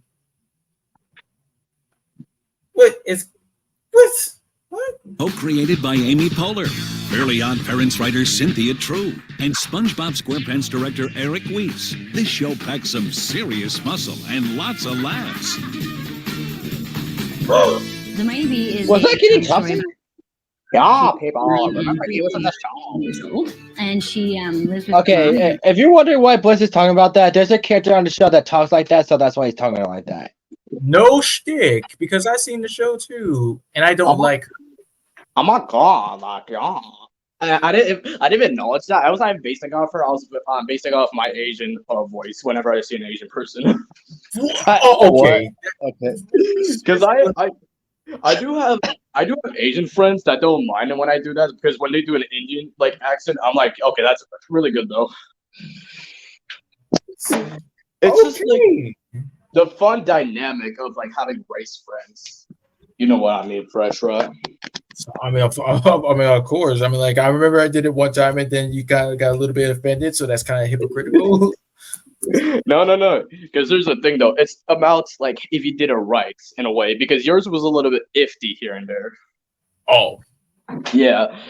It reminds me of this video I saw of a Chinese guy like doing an American voice. He's like, "Hey, look at me! I'm gonna do my American accent. Would you like to use that for debits or credits?"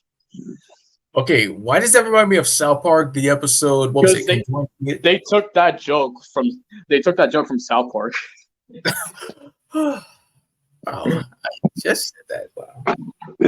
Oh my god. All right, then let's get back in the episode. Age where girls believe they can be anything and do anything. Every day is a challenge for Bessie. Bessie's enthusiasm for things can be a little intense. The first spark of the idea for the Mighty Bee came from a photograph that my mom had sent of me when I was 6 years old, and we thought it might be funny to create a aspirational superhero.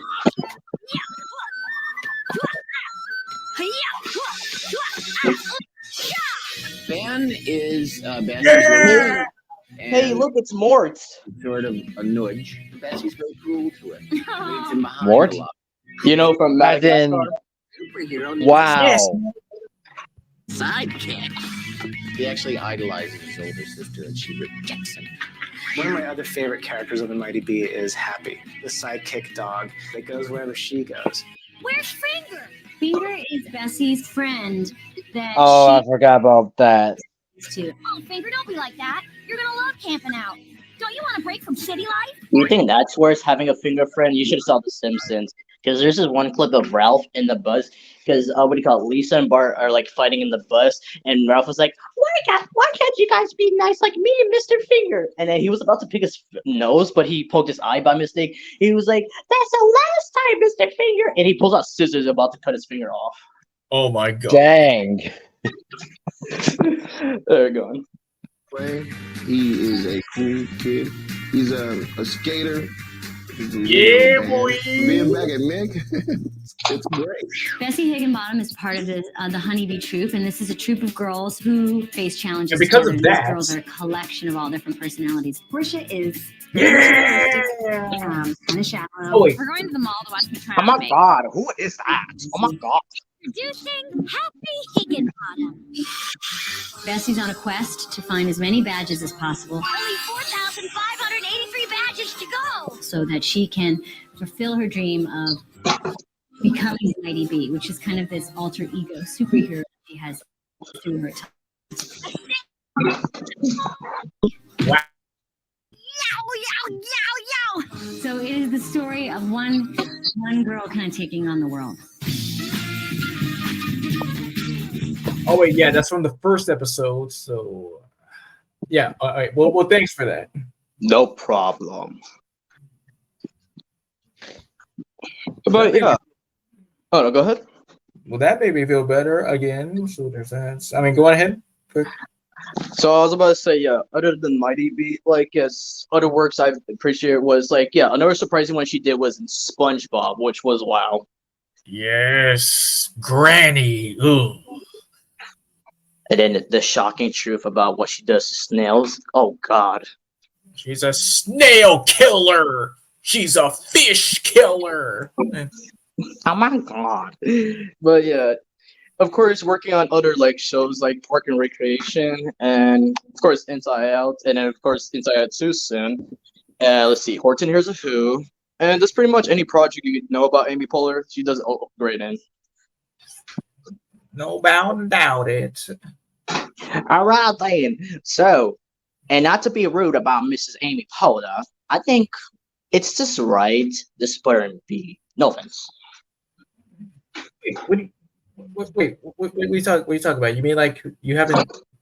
Oh, okay, that's No, understandable. because seeing more of the work on like the show, because depending on the episodes or not, can we like vouch for that too? All right, yeah, that's fair. Yeah, that's what I'm saying. I just what? Oh wait, there's also Duncanville. Didn't she create that too or no? Yeah, she did. She did. Oh wait. I mean, like I know that she did voice Duncan, but creating the show. Let's see here. All right, if you're talking about Dunkin' Donuts, I mean, like he is. But in all seriousness, yes, she did. She did create the show along with 3 other people.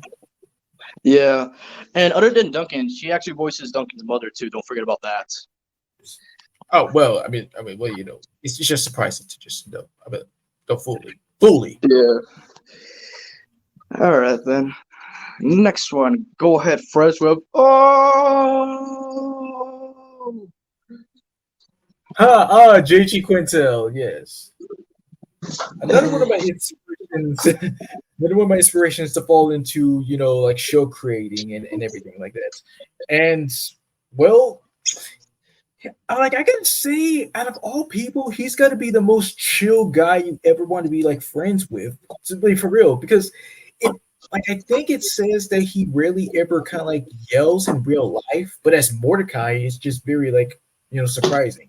And of course, yes, like he is the voice of Mordecai using his natural speaking voice, which, okay, that's fine.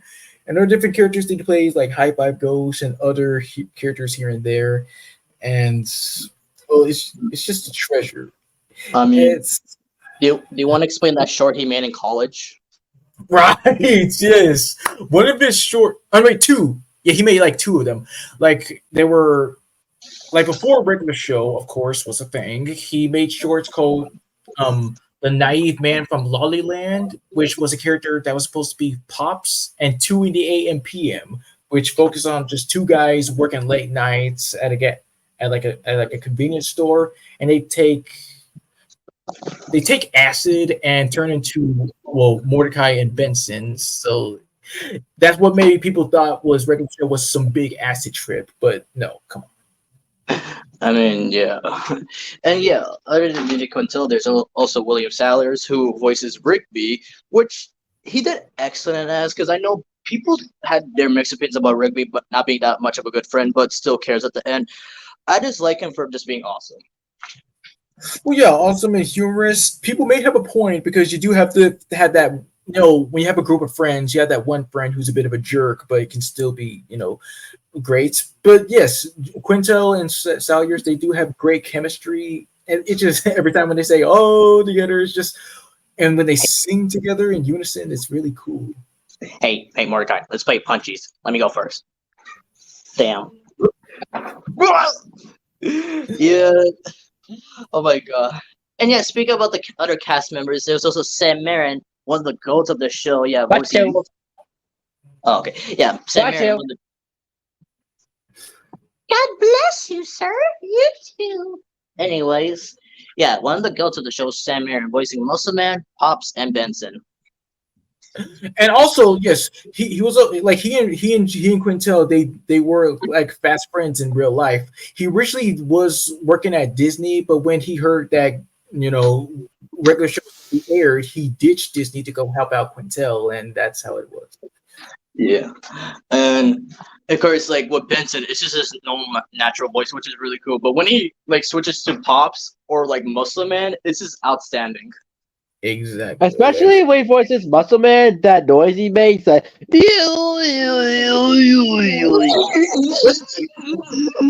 Like that. What was that? Oh my god. But another surprise to the show when it coming with the cast was like Mark Hamill.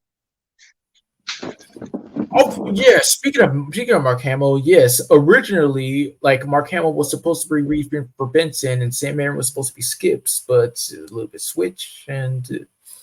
Wait, hold on. I thought it was a little bit reversed. Wasn't it Pops? Because I remember that from your video. Oh, all right, like what? Like my yes. But yeah, because with Mark Hamill, at first when he read it for the show with the first episode, he was like the show was not gonna go anywhere. But after the years he spent time with the cast and everything, and then when the show ended, he pulled out a whole speech, like paragraph saying like how he appreciated being with the cast members and all that. Even though half the time he could have been in the voice booth with them here and there, but still he just appreciated the time he had with them. Well, glad he did have a great time with them. Wholesome. Yeah, because it reminds me of the story of like when Roger Craig Smith met Mark Hamill for the first time, and he was like so like fangirling, saying, "Oh my God, I'm here with Luke Skywalker." Yeah. I know one of the goats, Roger Craig Smith. Would you like to take care of that, Fresh? Roger Craig Smith would have to be like, yes, my introduction to regular show and Sonic Colors, basically. Like he did like starting like season 2, began like as a regular voice cast before having the role of Thomas, aka Nikolai, and he was just a blast to listen to throughout the show, like everyone else. Yeah. And then, of course, the regular show ending, because there was a time where I was watching seasons, but it was like when they're in the Space Dome, I kind of stopped watching it. But I did watch the last episode, which was really, really emotional. Same Especially here. when Pops passed away. I mean, yeah, he did have to sacrifice himself. And then his dad passed away, so they're both in heaven together. So there's that. Mm-hmm. And then the seeing all them grow up, and then of course with Skips being immortal and all that, he's still working in the park with new crewmates and all that. But still, it's just like it was such a beautiful ending to a great show. And then when you cut up to heaven and you see the VCR, and then the tape comes out, they're like, "Oh, jolly good show." And then yeah, the whole time Pops is just watching them from heaven. Yeah. And then, of course, when regular show ended, in 2017, I saw this trailer for the show called Close Enough, and apparently it was in the works. And the first thing that came in my mind was like hearing Josh, the character JJ Quintel voiced it was. I was like, wait, that's Mordecai. This makes sense because yeah, the regular show animation. And of course, when the show actually came out, and learning about more about how you could be, they could basically curse now here and there, and then with new cast members, it was just awesome. It was something else entirely. Yeah, but there was this one scene with Josh. I felt bad for him because it was like when he was skateboarding this one episode and he like hit his balls. I'm like, oh shit. Oh, now I know what happens. Like when people skateboard and they just hit hit the bean bag. Oh, it hurts so bad. It's bruised. Yeah. And first, what other works has he done, JJ Koto? Oh right, yes, he did work on like Marvel's vs. of Flapjack and Adventure Time. Oh, that makes sense because in Adventure Time, there's this one episode where they actually showed a parody character of Mordecai. And Sam Marion even voiced the character on the shows. Yeah. So, yeah. Again, I just thank JJ Quintel for making one of the goated shows of like, yeah, Cartoon Network because it's like how you explained before with the Mount Rushmore fresh, how I said the goats of like not Nickelodeon, Cartoon Network is yeah, regular show, Adventure Time, Ben 10, and Amazing Gumbo. Because I've actually seen videos on YouTube and TikTok and Instagram explaining these four are the real goats of Cartoon Network at the time. Wise words from everyone who agrees also. Mm-hmm. And rightfully here, JJ Quinto, you get an S tier.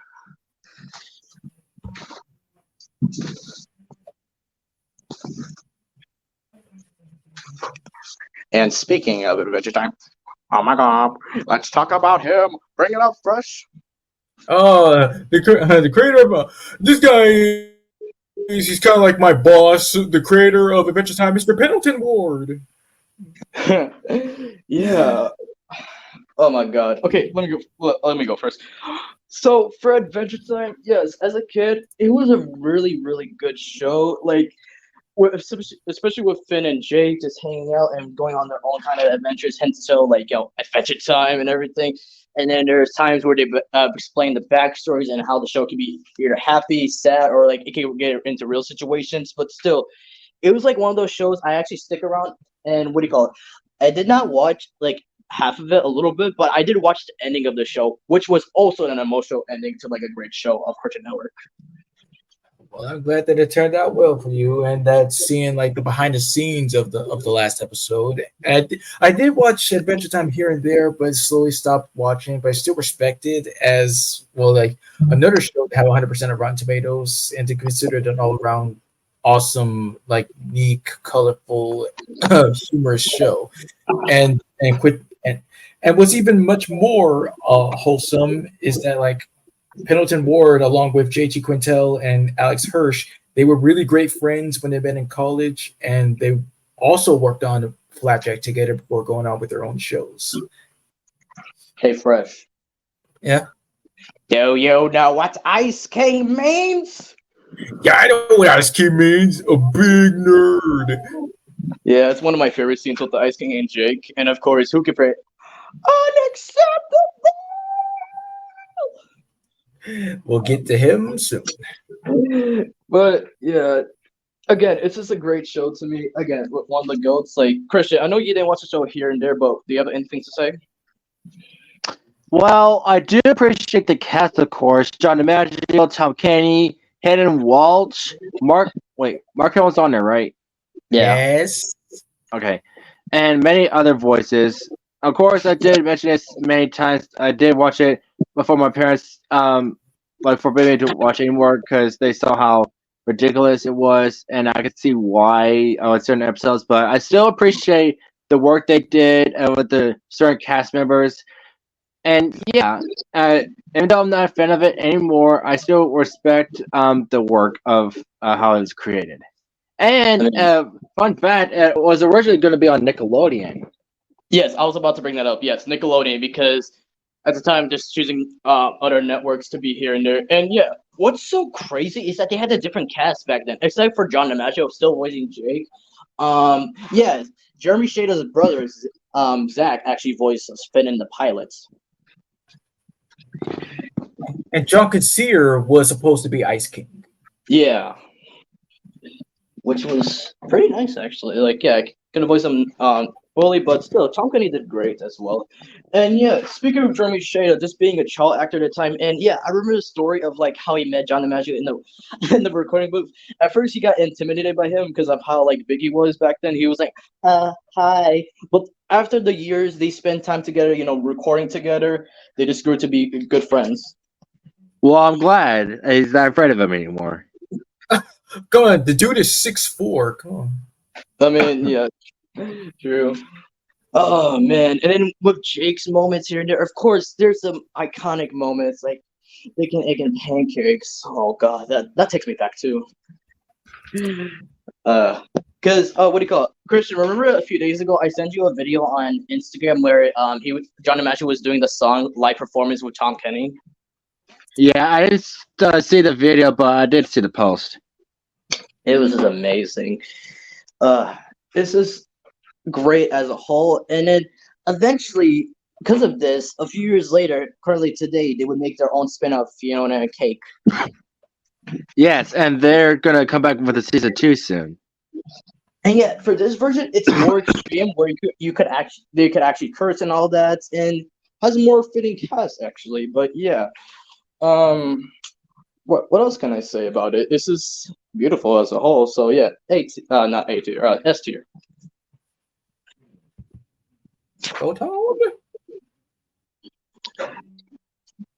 right. First, go ahead with you. Let's see, who else we got here? I mean, like, well, since you brought him up, let's see. Yeah, Justin Roiland. You read my mind. Yes. So first off, we're not going to talk about the thing. So okay, first off, I first got introduced to Justin Roiland, of course, in Fish Hooks and Gravity Falls, where his best work was at, and then of course my other introduction was Adventure Time. It's just like Justin using the same voice for Lemongrab, Blandon, and then Morty, and like it's just the screaming part that always gets me. I mean, the definition of ham for a reason. In order if you want to like do something just funny and meme worthy. Yeah. Oh my god! But with you first, from your experience. Yeah, first got introduced him in Adventure Time. Yes. Okay, and what about you, Christian? Oh, for Justin Roiland, of course, Adventure Time mainly. Then I later got introduced him again in Gravity Falls and Rick and Morty. Yeah, that's the thing I liked about it, because when you're like certain creators and you're friends with other creators, I just like how you can make a like appearance in their shows. Like, okay, yeah, for example, with Fish Hooks, Kari Walgren, Al Church, and Justin Roiland, they were all in that show, and then they were all in Gravity Falls. Funny enough, if you think about it. And what's funnier, all three of them were actually in Rick and Morty. Yes. But yeah, whenever he's not doing the Morty voice, it was really shocking for the first time with Rick at first. Well, yeah, surprising and a little bit oofish, because he would actually just like, drink in order to like do the voice, but he would sometimes like, like get sent to the hospital because. I mean, nothing acting. I guess like just get into the character while this, drinking. Keep talking. I'll be right back. Okay. But yeah, it's just how dedicated you are to a character, of course. Oh yeah. Oh, other than Blandon, of course, there was another character he played in Gravity Falls, Bobby. Yeah, Bobby Renzabi. Oh my god, it's just like his infomercials about ridiculous items that you will not use on a daily basis. Unless you're that crazy. I mean, Mabel bought one of his products, so don't forget about that. I mean, yes. I mean, like cuckoo, but not crazy. So. But what else can I say about Justin is that especially with Rick and Morty, it's just like how he comes up with the idea and just doing majority of the voice. Like, oh yeah, other than Rick and Morty, also with Mr. Meeseeks. And Mr. Poopy Bumhole and Tagman and so on and so forth. Hi there, my name is Mr. Jellybean. Hi, Mr. Jellybean. I'm here along with my grandpa on an adventure. That's very nice to hear. And then, oh my god, okay, with Tom Kenny, he did good with the voice, but what Mr. Jellybean did to Morty, that scene, it was extreme. It was, but ultimately, yes, when Morty did told Rick about it, he killed him. Yeah, he deserved it. Deserve what? Oh no, we're just talking about the character Tom Kenny played in, in Rick and Morty, Mr. Jellybean. Yeah. But just appreciating all of his work, I would give him, well, out of respect, I would also give him S tier. All right, then my turn to pick. Let's see. How about Seth MacFarlane? Why not? I knew he was gonna choose them because he didn't recognize the others at first. I don't recognize him. Period. You're about to when we talk about them. All right, first talk about Mr. McFarlane over here. Seth Woodbury MacFarlane, yes. Learn about his origins from Watch Mojo. Yes, how he like created characters like he was drawing characters like Woody Woodpecker and Fred Flintstone, and he made his own comic strip, and then eventually like going into art school, and then coming up with the idea for Family Guy at the time. But before, yes, becoming friends with Butch Hartman, like working on shows like Dexter's Lab, Cow and Chicken, and Weasel, Johnny Bravo, and ultimately creating like 3 shows for that matter. Yeah, Family Guy, Adventure Time. American Dad and the Cleveland Show, and well, of course, what intrigues me the most, just awesome vocal range. Mm-hmm. And the fact that he's also working as a comedian and is a really awesome freaking singer. He is especially when he does his Frank Sinatra impression. For his impressions for here and there, especially like from Sing with Mike, but in general as a whole, like there's nothing that this man cannot do. He's just that awesome of a guy. And what's surprising is that he made his animated shows, but what do you call it? You ever heard of this live action show he created called The Orville? Yeah. What do you think of that show? Because I've seen clips here and there. It's decent. What's your opinion? It's kind of a little bit of a Star Trek knockoff, so there's that. True. But going back, again, with Seth MacFarlane being the genius creator and writer at the time with Family Guy, because of course in later seasons he's not doing all the writing anymore. He's just doing the voices. But that's the thing with Seth MacFarlane is going back and forth with the voices. And with Peter, Quagmire, Brian, Stewie, and any other characters that he can do, this is amazing. And then when making American Dad, because the story about American Dad is that when Family Guy was getting canceled again, American Dad was like another show they could like go by on. But I can say this, and no offense to like Seth MacFarlane, American Dad's better than Family Guy today. Yes, that's what some people are saying, and I agree. Another thing with Seth MacFarlane's project, with American Dad just voicing Stan and Roger, which is pretty good, and then getting other new cast members to the team like Scott Grams, Wendy Scale. Let's see here. Of course, his sister Rachel MacFarlane, but she was always doing work at Family Guy, and of course, D. Bradley Baker. As Scott Grimes also, but yes. I did say Scott. No, you said you mispronounced his last name, Grimes. Oh, okay, my fault. But because with American Dad, it's different to Family Guy, because you don't need all the cutaways or just going to one plot then going to another. Because unlike Family Guy, American Dad actually focuses on the main topic of the story and not just changing the stories at all. In fact, some episodes, it even takes them a while to actually get to the freaking plots already. It's just stupid and lazy, repeating it's just being lazy, recycling everything. It's a little bit unnecessary. Filler moments. Oh god, you think it's so funny. It's going on for so long, you think we're just gonna laugh at it? Yeah. But still. But there are times where Seth was here and there with other voices. Of course, being the first voice for Tim the Bear, a bear! Black guy! See, it's not fun, I just like that kind of voice for Tim the Bear. And of course, they even made a joke about that Family Guy, saying Seth got so tired that they had to hire a new actor for him, and that actor was Jess Arnell. I'm sure he did all right. I mean, yeah, he did here and there, but still, I just hate when people give like a lot of crap about the Cleveland show, because I know us as a whole have different opinions about shows, but the Cleveland show is not really a bad spinoff, to be honest. Yeah, I've seen some episodes here. My most favorite one was like when Rollo got stuck in an amusement park, and of course that rap battle with Cleveland Jr. and Kenny West. Oh God, do you want to do like the with Cleveland Jr. saying A B? Hello, can you hear me? A B C D E F G. Someone should have told you not to fuck with me. Yeah, Kevin Michelson is a genius when coming up with the voices. Like, yes, not just with Junior, of course, with Lester. That's another thing with with the same actors, because of course with Family Guy, he's of course Jerome, and with American Dad, he's Principal Lewis. Yes, sir.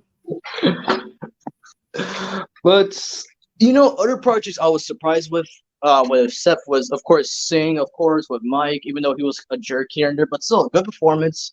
And of course, one of the shockers from my side was Phineas and Ferb.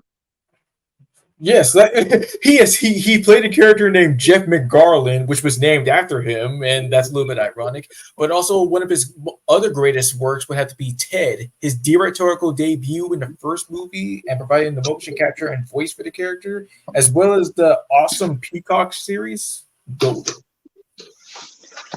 Come on, Susan, just say it. She's not gonna say it. Just say it. Just say one bad word. At least give me the finger. She gave you a finger. Ah, fuck. Here you go. Wait. If you don't have pockets, where was this story at? Don't ask questions. Oh God. Said, yeah, both the movies were great, but yeah, I was so glad they made a series of it, because although yes, as you said first, it could have used more episodes, it was still funny as a whole. How many episodes does it have exactly? Yes. Chris, he's asking you how many episodes there are. Let's see. If I recall correctly, it's about 7. Wow. Low rider. I just like how they're stoned and they're just appreciating Susan's food at that point. Dude, whoever invented food, that guy rocks. Yeah, it's so good. Oh my God. But yeah, overall, Seth MacFarlane, a great genius, and again, one of my inspirations. So yeah, S tier.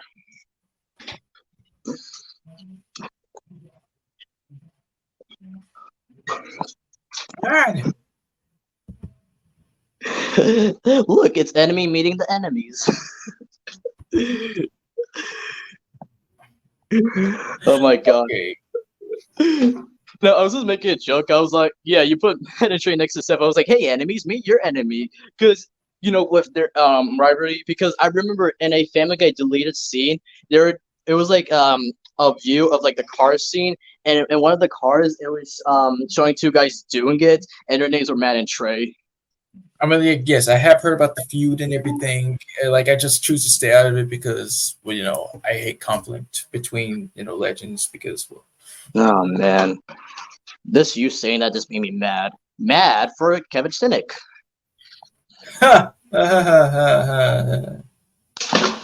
So, yes, with Kevin's work, this creating this show and, like, doing, like, majority of the voices like Seth Green does, Mad was one of the prime, like, shows of cartoon work, and I appreciate what their parodies, parodying with other shows, movies. It was amazing. It's Robot Chicken, but kid friendly. Mm-hmm. Oh God, it's just like you could take one idea and combine it and just make a clever title of it, and that's the great thing about it. And just like some of the jokes they did get me, like it's the brilliance about like how the animation is, where it's either just 2D, 3D, stop motion, live action, anything like that. It's kind of like how the world of Gumball is. Exactly. Oh my God. Christian, anything from your side? What's awesome about that is that Uncle Grandpa actually hired him to guest as an artist because they have actually based a short of it. Oh, cool. Yeah. Yeah, remember that short where Uncle Grandpa went back in time to like Slurpee Cola, and then he came back as this like inside out alien thing? Yeah. So yeah, that's basically that. Mm-hmm. But other works didn't matter. I was really surprised to see him voice what was it, in Adventures in Symbols as Bruce Banner. Yes. Yeah.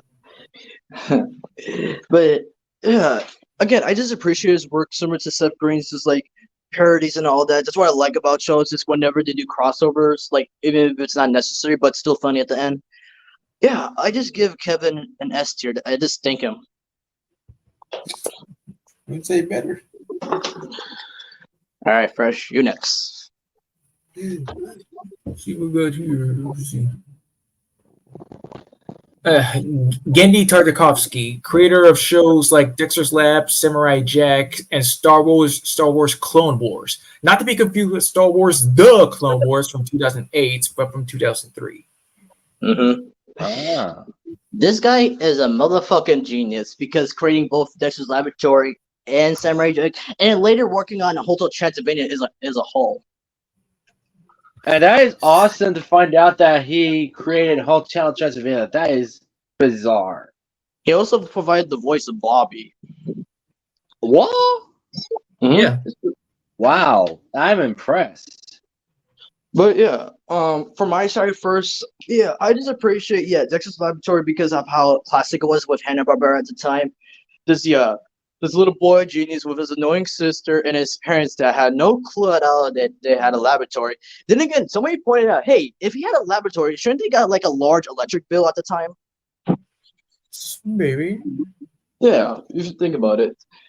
But golly, this is like the best like plots to it and like the characters as a whole. Like yeah, and then with Samurai Jack, I'll give that to Christian. Go ahead, Christian.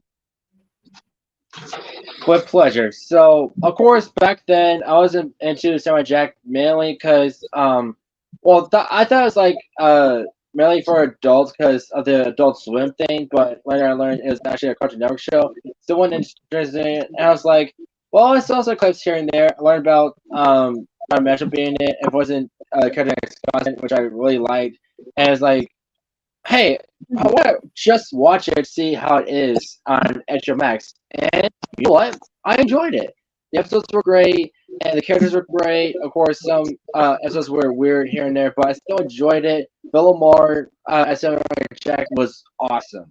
And of course, the great late, shoot, I just didn't. Mako.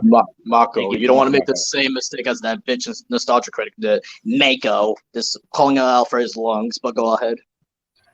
Okay, that makes me mad that he mispronounced his name like that.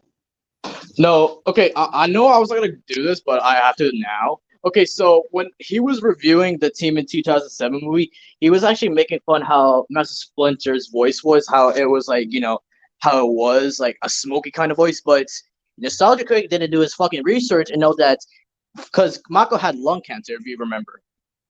Yes. Oh, yeah. And it's so good to see him being, destroyed in that video, but still, like, you gotta respect, at least do your research, because a guy, again, he just looks like a guy who lives in his mom's basement, quote unquote, but still. But let's go on with this. Yeah, so Samurai Jack is a great show, and lasted till like 3 seasons. No, was it 4 seasons? Yeah, 4 seasons before ending off. Then as that show, like years later on Adult Swim, came out. It's completely different now. It's now like cursing stuff.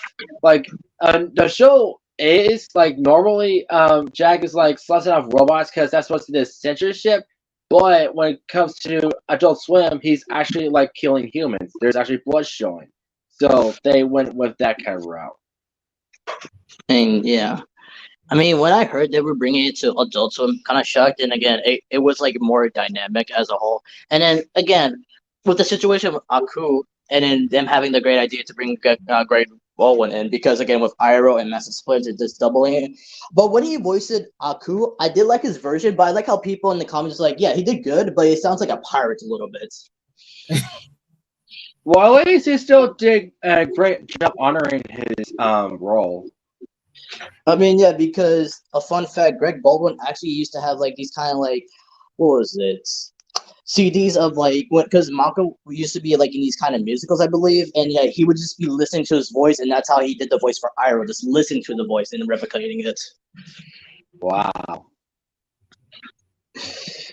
But yeah, again, I just appreciate him and just making the best out of it. Like, Fresh, what's your final thoughts about him?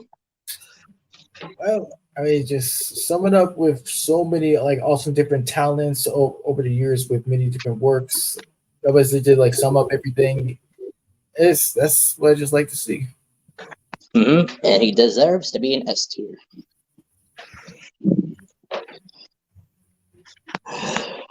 All right, then. As I go back to science, the atoms are calling me. This atom is called Maxwell atoms. Ah, good one, yes. Yes, first, explain the creator of Billy Mandy. Well, you basically did say that. So yeah, like it was like he and his sister would always like used to.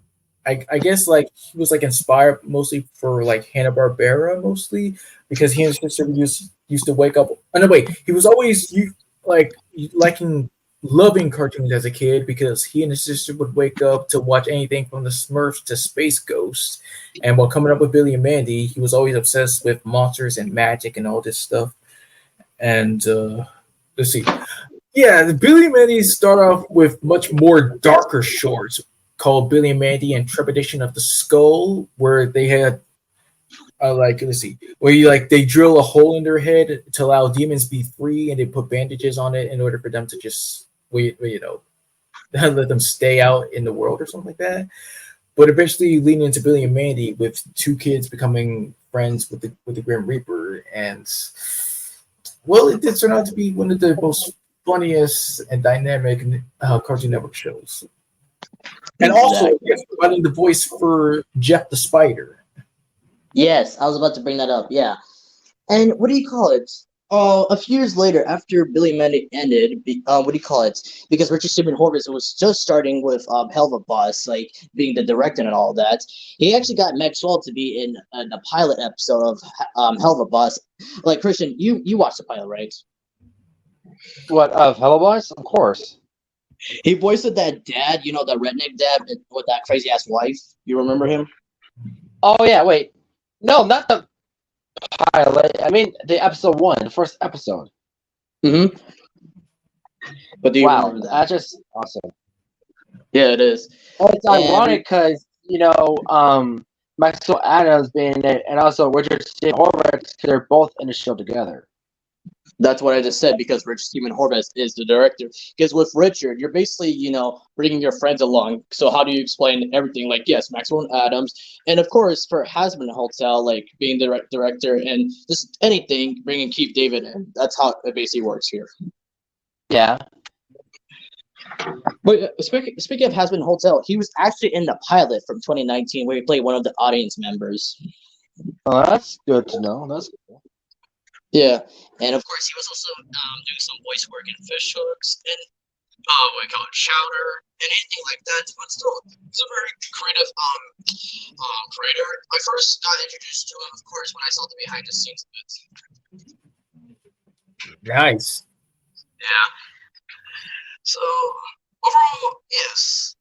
Okay, yeah. First, let me hear your ranking first. Well, yeah, I put him in A. All right, same here. Fresh. Okay, let me choose the next guy. Oh, never mind. I was about to say, Fresh, you're a good fellow for that. That's why we should talk about Scott Phillips. Oh, there he is. Yeah, okay. Yeah, Scott Fellows. Like, yeah, while he is most known for his other work for Ned's Declassified School Survival Guide, which is an awesome show, but mainly chose him because of Johnny Test. Yeah, Johnny Test. Here's the thing, though. That's why I wanted to add him to this. He's very diverse with his shows because going back to live action animation, because, yeah, first it was Ned's Declassified, then Johnny Test, then Big Time Rush, and then Super Noobs.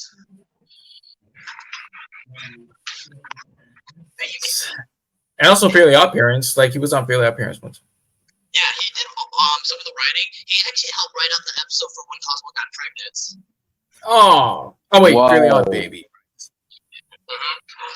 But I still am really surprised about how he can go back from live action animation depending on the directing. But yeah, first with Johnny Test, yeah, it's really great. Like the early seasons, I know people didn't really like the show as much because I see it's like, you know, they would say it's overhated, but for the later seasons, I really don't mind what they say.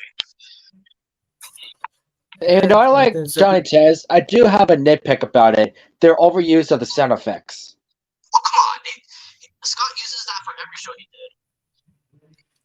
I mean, yeah, but god dang, it's a little bit of like an addict, like a little bit of like way too much. Like every single movement, Especially the whip sounds. Like every time the character moves, it's like. Oh, that just brought back some memories. From the 4000s, anyways. What do you call it? I don't mind the sound effects because it's a trademark to like Scott because just using it for every show because I can really only talk for Ned and Big Time Rush and Johnny says, well really, what can you guys say about Super Noob since you guys saw it? Well, I seen a little bit of it, and it's okay, but I do appreciate that. Was it Jonathan St. Germain that voices that one character in the purple outfit? Yeah. That's what I thought. And yeah, and I found out that what do you call it? Lee Tokar is and because he voices that dude that has his eyes covered, I was like, that's definitely a bling bling boy. Don't forget about the mace or himself, Matt Hill as Tyler. Yes. Oh yeah, I forgot that too. I noticed that one of the bug alien dudes sounds like Arnold Schwarzenegger because he has an Austrian accent. I was like, wow. Oh yeah, the one you might be talking about, that was voiced by Scott McNeil, fun fact. Oh wow, that's cool. I didn't know you could do that. But yeah, let's talk for Johnny Test as a whole, and of course, yeah, I know we're only talking about animation, but I just appreciate his work for also Ned and Big Time Rush. Like, first, do you have anything to say about Ned's Declassified? Well, I do have a few words, but you are wrong. Scott McNeil did not voice that blue alien. What? That wasn't Scott. That wasn't Scott McNeil. It was like some dude named Michael A. I can't really pronounce his last name right. Oh, okay, my fault. Go on. Oh, okay. But Ned's Declassified, yeah. Oh yeah, it does teach you like some clues to help you out in middle school itself, and I like the theme song. I like some of the episodes, and I mean, it was a decent show. Yeah, I would agree. So, Wait, but I just want to say a little bit something about Big Time Rush, though. Sorry for this, because I know people have their opinions about boy bands, but I consider this my top boy band because this is the songs and comedy they combine together in this show. Yes, so very much. I mean, yeah, the only song I love about them is "Music Sounds Better with You." My favorite song by them is "Boyfriend." And first you're trying to figure out yours. Oh yeah, I did say like it's a mix between like "Blow Your Speakers Out" or what was it? Any Kind of Guy, or was it something else? But yeah, I remember when we were doing the Big Time Rush season presentation, you did say you kind of like Boyfriend. Yeah, a little bit, like from the past and stuff. But yeah, what I noticed with Scott is like he did use an actor 3 times. Well, technically 2, but if you want to count a pilot, because yeah, for 2 of his live action shows, he would use Darren Norris. But in the Johnny Test pilot, fun fact, of course, I did show you this before. He was supposed to voice BU Test and Dookie. Yeah. But it's pretty cool. I do like James Cordett's version of it. Oh no, I do agree with you too. It's just matching the actors and everything. And what was so shocking is that show was supposed to be on Nickelodeon's. Funny enough.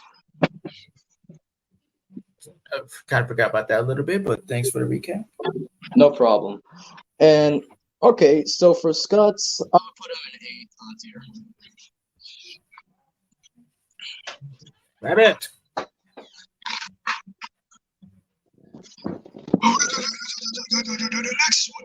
I'm back. Okay, Ben Boclet, creator of The Amazing World of Gumball. Oh, yes. A great creator as well. Creating one of the goats of Cartoon Network at the time. Yeah. So when we did the season presentation for Major World Gumball, we basically explained our opinions here and there because I know Fresh, you kind of drifted apart from the show here and there, but with my experience, yeah, for the first season it was classic. I know for later seasons, I know people didn't watch that much, but I hear did watch it and then watched the ending to it, which was again a very like good plot, but still left on a cliffhanger. But I'm so glad they're making an Amazing World Gumball movie soon.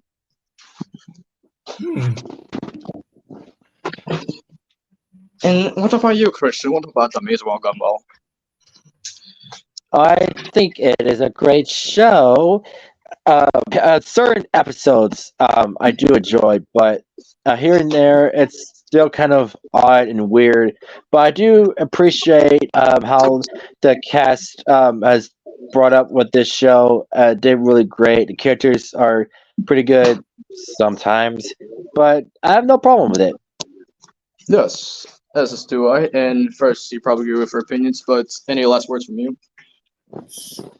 Well, just sucking to know how it still managed to just be great for its first time running.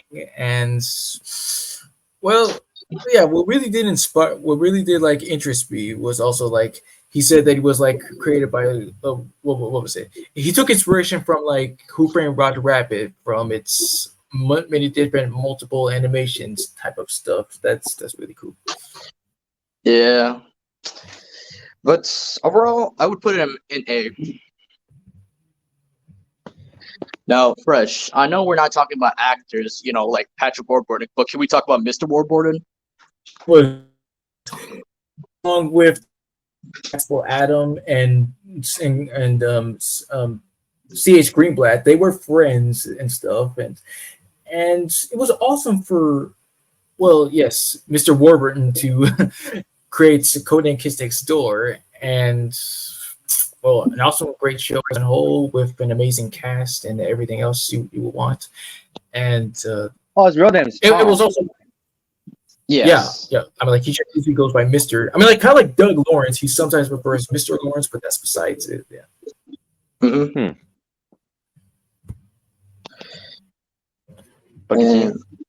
Yeah, go ahead.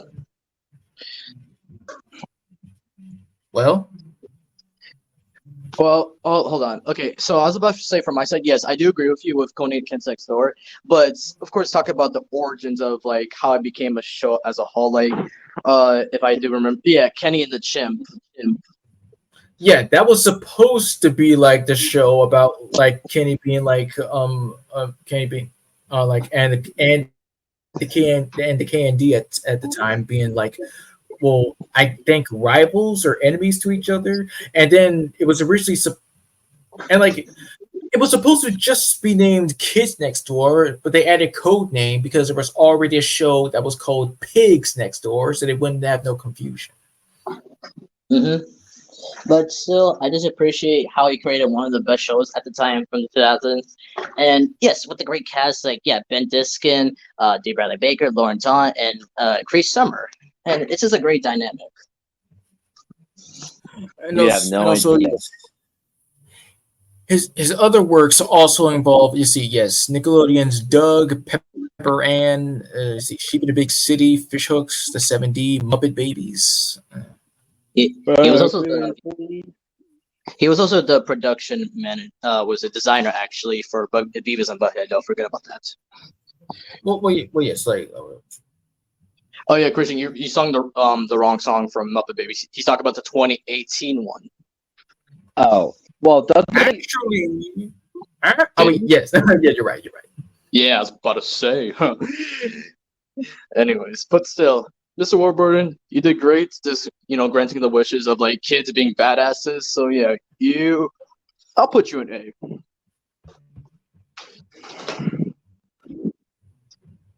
Just wish you could have done more shows because I know there was a video on YouTube where it was showing number one as like, oh no, it was him along with Chad, I believe, about the new KND being galactic now. You ever seen that? I heard about it. All right, then Fresh, go ahead. Yeah, Brian Konexko and Michael DiMartino, the creators of Avatar: The Last Airbender. Nice. Water, earth, fire, and air. Yep. Very, very true to that. But go on with you, Christian, with your opinion. Right. I really didn't see the show much as a kid. One of the times I knew about it was like I think commercials, and then like picture of Aang on Attack of the Toy Bots. But then I saw like clips here and there, and then later I kind of saw it, but not really. And then I learned about the spin-off sequel, which is Korra, Legend of Korra and stuff. But this show it's really spectacular. Like what about like different elements and the fact that originally it's going to be called just Avatar, but learning that there's going to be a movie called Avatar because we know about that. So I changed it to Avatar: The Last Ever to avoid confusion. Yeah, but it's still a great show. Like people say it's like one of the best from Nickelodeon, which I could agree is here and there.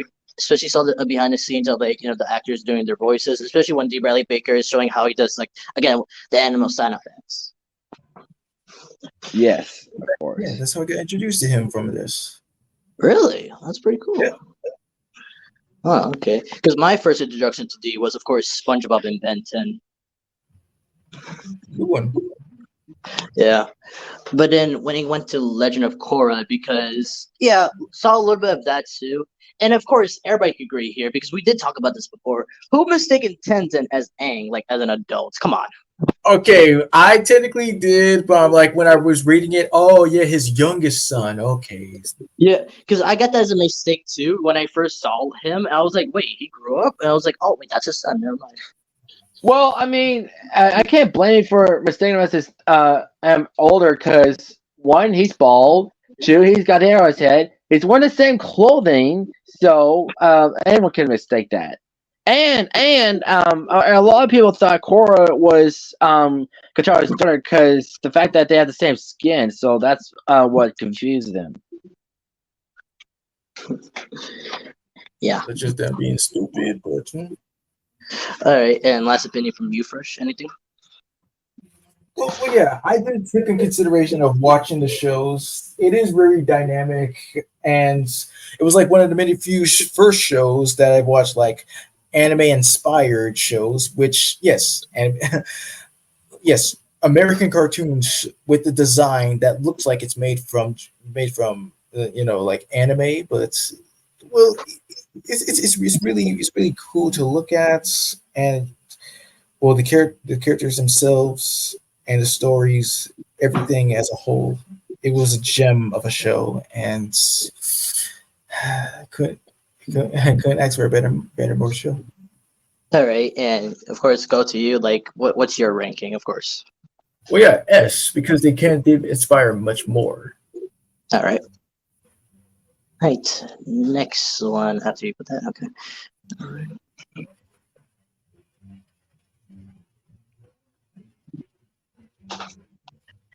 All right, let's go to the stories of a boy named Doug getting bullied by Roger.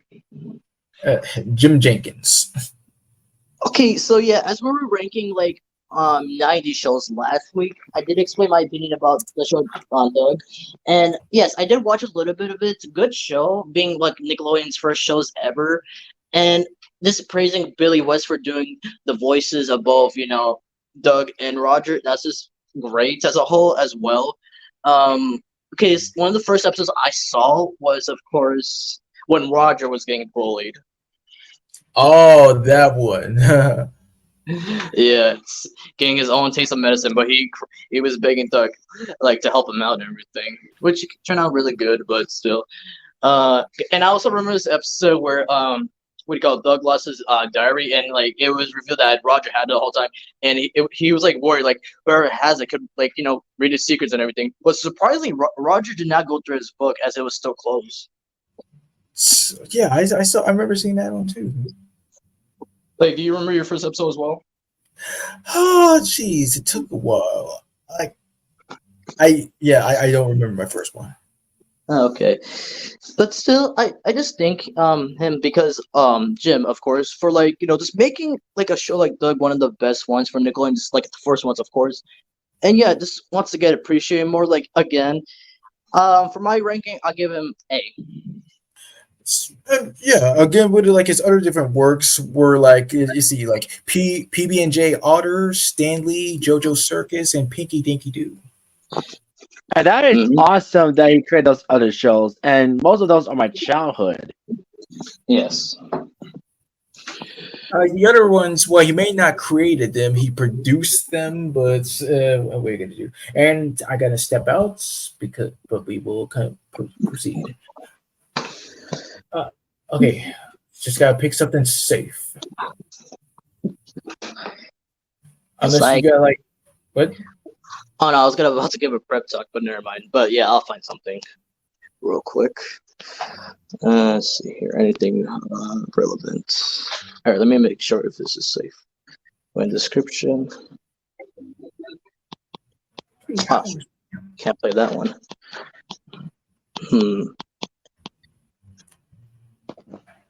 All right. Well, I guess I could just show this one. It's from his channel, of course. Here you go. When we need answers most, the world has a way of showing us signs. Sir, I'm detecting a high level of sass. The foot is down. The Well, foot be careful is now. down. Woo! Because like if it auto Fly with me, Virginia. All right, Princess Elena. Maids and Luna are okay, but I know you want to ride the best. Haha, me, Skyler. Maria, you have disgraced me and the whole village of San Angel. Hey, everybody, watch out for Nasty Nork, and I'll be with you throughout the game. All right. Yo quiero Taco Bell. Viva Gorditas. I'm Leslie P. Lilylegs, and I want to be vice president. Listen, Batman, I beat the bat. Now I will beat the man. Oh, Denzel, promise you'll stay with Mommy tonight. Never! I'm going out. I have a date with girlfriend. There it is! I don't know. I guess recording day is a very dangerous day. Sparky! Hey, cat dog, how's about giving me $50 so I don't tell the neighbors what you've been up to? Hey, Scoutmaster Lumpus, can we play Ring Around the Cabin? Yeah, I love going around in circles. Juniper Lee, this time you've really lost your mind. I am not fighting a dragon. Oh, I can hide money. I'm a Phillips head screwdriver. Oh, yes, Walden. I want to go outside too. Oh, no. Old Tio Tortuga does not want to play yo-yos. I want to play checkers with Uncle Ban. Let's go, Buena Girl. Let's go, Flea. Family, honor, tradition, donuts. Oh, how much does a snowplow weigh? Enough to melt the ice. El Chupacabra! Awesome. Hey, I'm Tom Kenny, voice actor in animation, known for doing SpongeBob SquarePants, his snail Gary, the narrator that says 2 hours later, and then other stuff like the Ice King on Adventure Time, Heifer on Rocco's Modern Life, the narrator on Powerpuff Girls, the mayor on the Powerpuff Girls, and a couple of hundred other things on my IMDb. So I'm about to see some cartoon characters that I've never seen and try to come up with their voices, what they might sound like, right here on the spot. Great. Yeah. Goofy is always good go-to for cartoons. This guy's got the, again, you got the teeth, the protruding teeth, you got the big bulgy eyes. This is a dragon who's just really happy to be a dragon. But this is a dragon who's really happy to be a dragon. If you hear eating in the background, I'm just eating too much. To be flying. Hey, I actually achieved We're lift. today. It's only 3 feet off the ground. It's a start. Oh boy. Hello, Sony. I want to be in your new movie, How to Train Your. Oh, sorry, I hit the ground. Ooh. Or maybe you could even make him stupider like this. Or maybe you could even shave off a couple of IQ points and make him even dopier. You know, I'm flapping, I'm flying.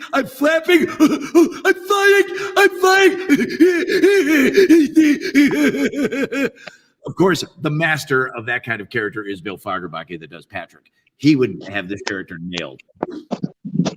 This is obviously your standard issue megalomaniacal madman who wants to take over the world. I think he's wearing a lab coat. He's got the bushy eyebrows. He's even wringing his hands and he's laughing. So I am the president of show business. My master plan is to make sure that every movie released is a superhero movie. Actors and green screens, digital explosions, everything, every movie. That's what it's all going to be.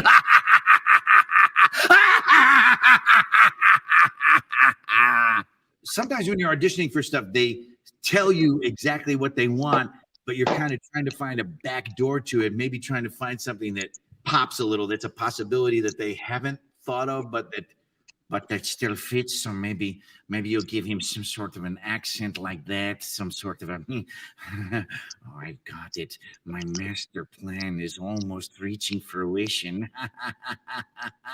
Yes, soon. Let me see. Let me do that again. My master plan.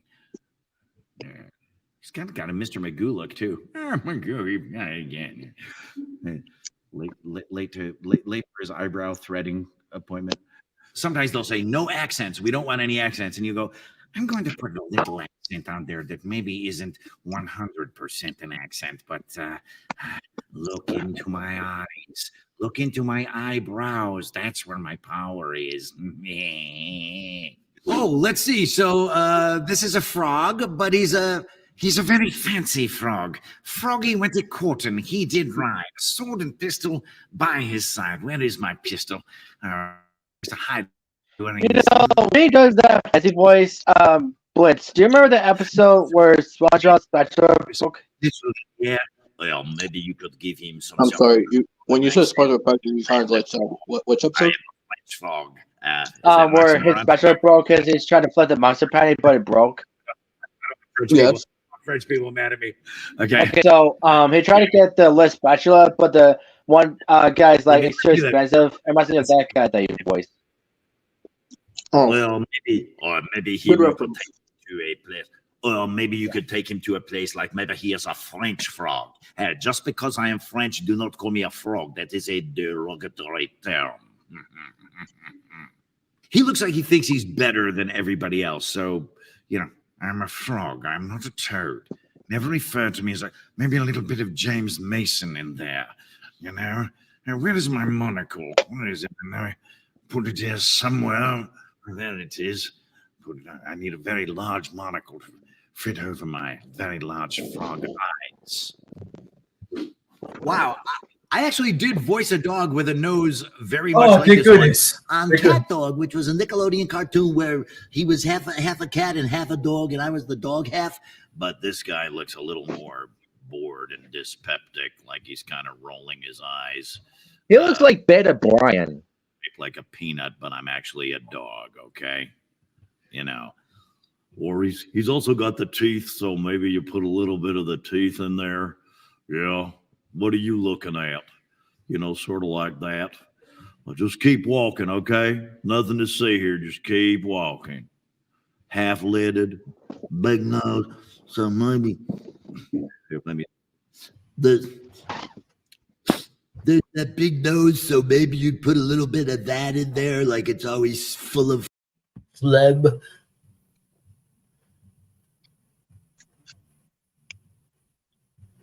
No, don't quit on me. All right, and we're back. So, where to? Well, Okay. Did Who's you the get the guy joke? with the hat? Okay, yes, that's Jorge Gutierrez, the creator of El Tigre. Yes. Ooh. So yes, Fresh. Start us off, please. Now, this around the time where I thought was my most favorite like Nickelodeon show of all time. I mean, like, yeah, like it still is and stuff, but I did say Harold, but I what really did surprise me was what really made me really mad, of course, at the time. There was this rare behind the scenes of the show, and I was like, "Wow, this is amazing!" But it never came back, so well there's that. But other different surprises, other than El Tigre, other than like everything was fantastic about it, despite being a one season show. But other surprises were the Book of Life, which he also like created with his wife. I forgot to like mention that they created the Tigre Wow. together. Really, really nice. And I saw in comments that there's a theory that Book of Life and El Tigre came in the same universe. Like El Tigre came years after Book of Life. Well, it's kind of funny how you mentioned it because the same actors, like one of them, Carl's Rocky. You know, it's funny because the same voice he uses for Puma Loco, he uses for the general dude. Right. It's And is it and Great there's a While little bit of also an in Book of Easter Life? egg. Yes, Great Delau is in the Book of Life. She did voice Manolo's grandmother. Yes, and there is an Easter egg. If you look really closely, you can see Manny and Frida in one scene. What? No, shut up. No, you shut up. I didn't know You this shut up. All right, okay. What he's gonna do? So, what? No, that reminds me of that scene from Click with Adam Sandler and James Earl Jones. Shut up, James Earl Jones. No, you shut up, big mouth. Oh my god. But still, for myself from El Tigre, I first discovered the show on Nicktoons in 2014. Yeah, it was a really great show. Again, I'm really sad it only went for one season, but the last Found it. episode. Found it? Yeah, on Google. Alright. So as I was saying, the last episode of El Tigre, just not using their powers anymore, what makes them superheroes, but them acting like a family for one episode, it was really, really interesting until they got their powers back and of course defeated every villain in one episode, and of course it was truly a great ending. Yeah, I saw that clip on YouTube. And also, you forgot to mention, besides Manny and Frida, they also showed Puma Loco in that shot too. Well, I was getting to that because I didn't really see Puma Loco there, and I wish I did. But well, thanks for reminding me of that. No problem.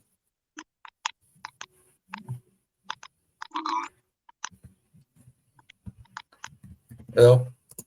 I was like, because after I was done, I was like, "Are you gonna say something first?" I wasn't really gonna say anything else. Oh, okay.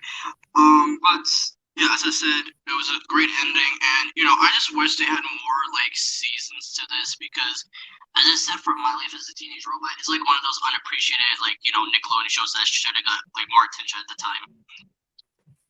I couldn't agree with you more.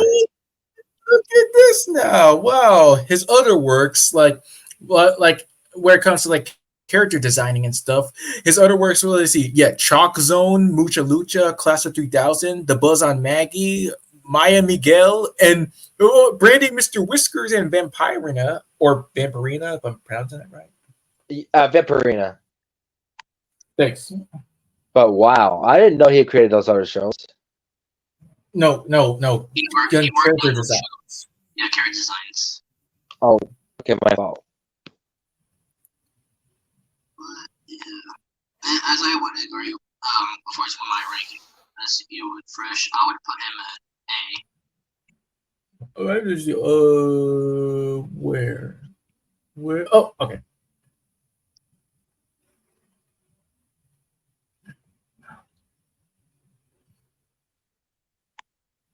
Alright, y'all. Since we got that out of the way, some jawbreakers. Yes, Danny Antonucci. Yeah. Alright, so Christian, why don't you start us off? All right then. So Ed, and Andy.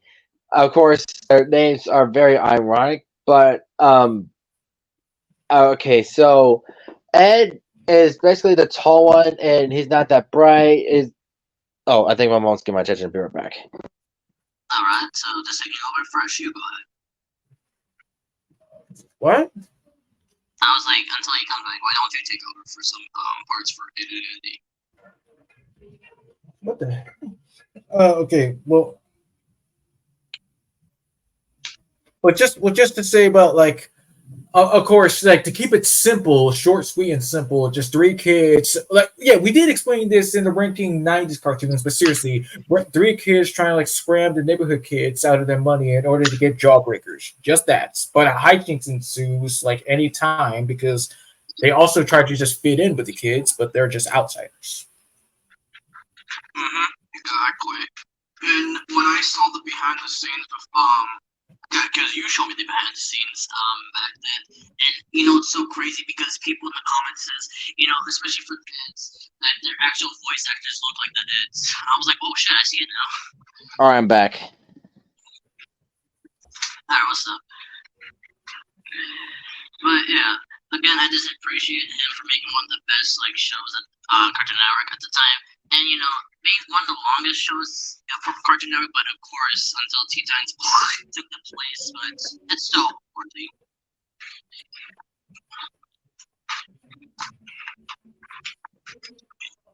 And Christian, since you came back, any words from you? Like, because me and Fresh just said our opinions, so like, any opinions from you? Well, of course, my introduction to Matt Hill and other voice actors. Yeah, this show was pretty wild, and I wish I could play the video game again. I used to play on PlayStation 2. Their video game, it was really awesome, and it's like part of my childhood. But it's on GameCube, so maybe I could get on GameCube and play it. It might be different than PS2, but yeah, it was pretty awesome. So for this guy, I would give him an A. I mean, I beg to differ. I'll just put him in S because he's legendary. All right.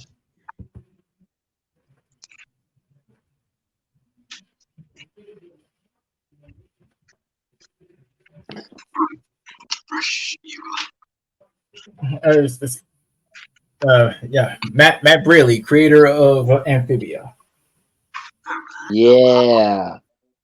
Okay, so at the time, I had no idea about Amphibia. The reason I didn't know it was on at the time because I didn't have cable around that year. But I was like visiting a friend's house, and I was like seeing commercials, like, wonder what this show is about. And I look at the guide with the cast, and it showed Brandon's song. Like, oh, Brandon's song, because of course I knew her from Zack and Cody. I was like, I'm gonna give it a shot. That was like my reason. And then I watched the show further, and then I learned that Bill Farmer, aka Doc from 7D, I recognized that voice. And then I watched the show further. It's actually a really good show. It actually got me interested in it. And Branson voicing the main character and Boone Choi, she did really great. The fact that she came back after so many years from Disney Channel and stuff. And yeah, I was a little sad it got canceled after 3 seasons, but I still consider it one of the greatest Disney Channel shows ever. And yeah, that's all I have to say. And this guy that created the show, he did a really awesome job. I'll give him an S. Christian, you forgot to mention something because I know it's not really, major or anything, but remember, Bill Farmer is known for Goofy and Pluto. Hello. Well, I know. I was just saying that. I know. I was just saying that Bill Farmer. I don't know. I'm nervous. Okay. Nervous? The hell? You're not. There's no audience in front of us. If there was, damn, that's something special, honestly. No, it's alright. But what do you call it? From my experience from Amphibia, yeah, I did watch the show here and there. A really good show. Yes, I said, really good cast. And what else could I say? It's just like, yeah, I would, for me, I would put an A tier. Like, first, your opinion wise. Yes, I have seen episodes here. I did slip away, but I'll get back on as possible. But it just really does surprise me that yet again, it just animated shows are just doing much more better like recently. Like how you can relate to the characters and there's many twists and turns and just holiness in them. It's like it's just so shocking and mind-boggling and stuff.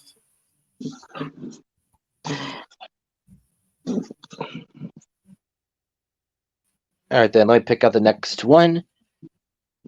How about a guy with a microphone? Okay, yeah, that's Tom Ruger, like creator of Animaniacs. Ooh.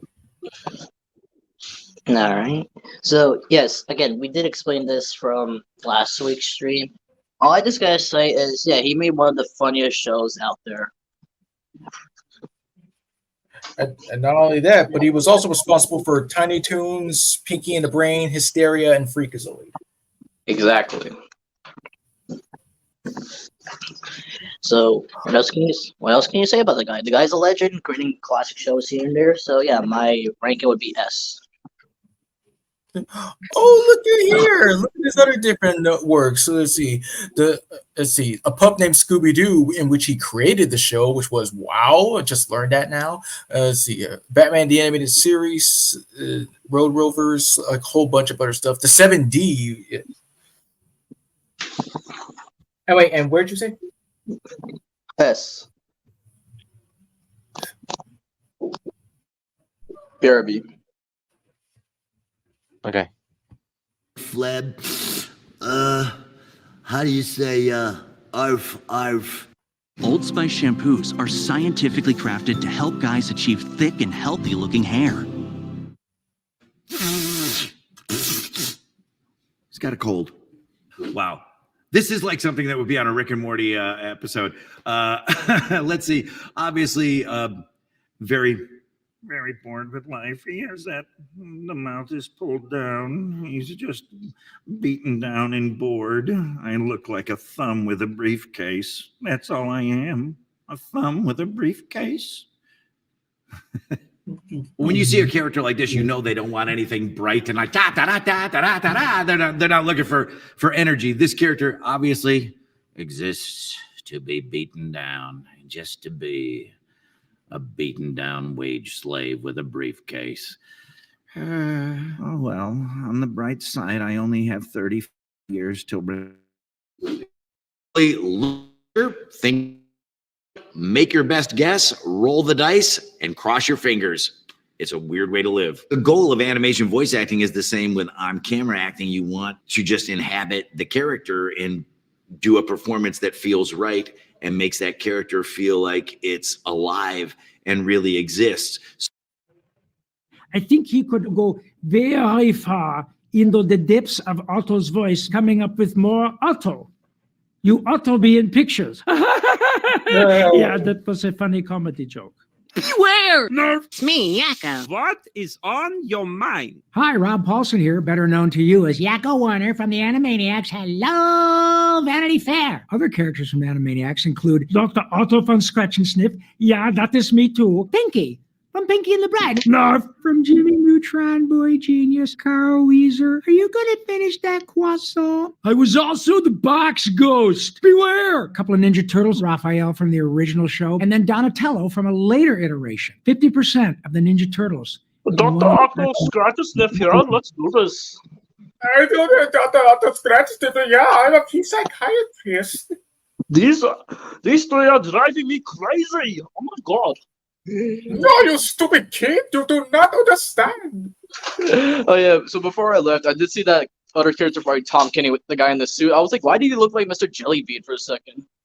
He did mention Rick and Morty, and like, I mean, like with that first voice, he's just like. When he did that first voice, I'm like, oh my god, he sounds like a combination of Cleveland and Tim the Bear.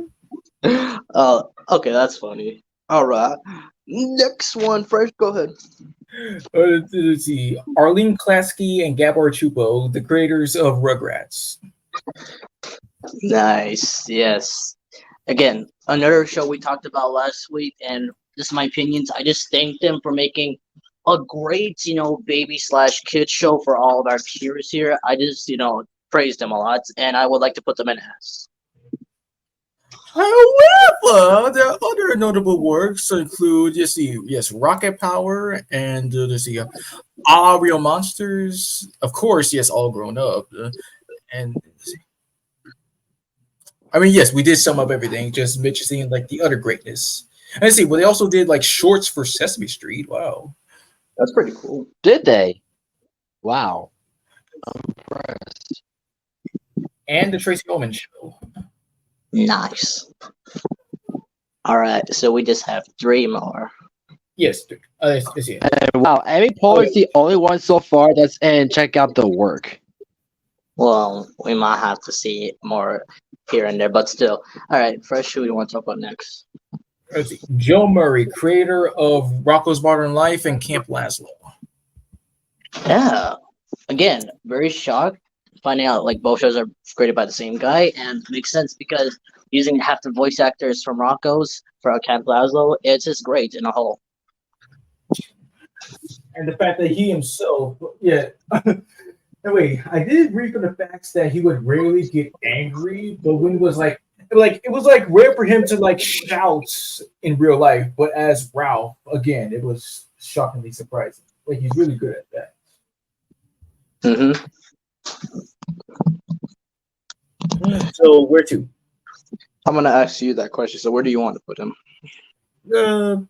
I mean, like, well, since Rocko's Modern Life did kickstart the careers of Tom, Carlos, and Doug, so yeah, it works. All right. Okay, Paul and Joe, the creators of Recess. All right, go ahead. Again, like awesome broship of friendship of just creating like this show about like just while Recess may be a fun time for everybody, but it's about balance and order, and which is a little bit surprising, but it's still fun in a way. And let's see here. I believe they're before even doing Recess, or maybe around the time, who knows. I think their work. Let's see. Yeah, Paul, he worked on stuff like, let's see here, Rugrats, and let's see, the Tracy Ullman Show, and together they did work on Pound Puppies, and let's see, Goldie and the Bear. Whoa. Yeah. Wait, which Puppies? The original or the reboot? Yeah, the reboot. Oh, wow, I didn't know that. So let's see here. Other different works. Okay. Well, Joe, yes, he worked on stuff like, is he? Oh, right. Also co-created Lloyd in Space, and also worked on Hey Arnold. So, yeah, that's good. Lloyd in Space was very, very interesting. I only saw the first episode on YouTube because I want to see because at the time I was checking out other Disney shows at the time, and it was a very interesting project. I was very shocked to find out that Bill Frickenbach was on the show. Really? Mm-hmm. And also another person that was in that was Dietrich Bader. Bader, yeah. So yeah, your ranking? Yeah, S. Okay. And lastly, we have Bob Boyle, the creator of Wow Wow Whoopsie. Oh my goodness. No, guys, you're doing it wrong. Come on. It's wow, wow, wow, wow, wow, wow. Exactly. Wow. This guy gets it.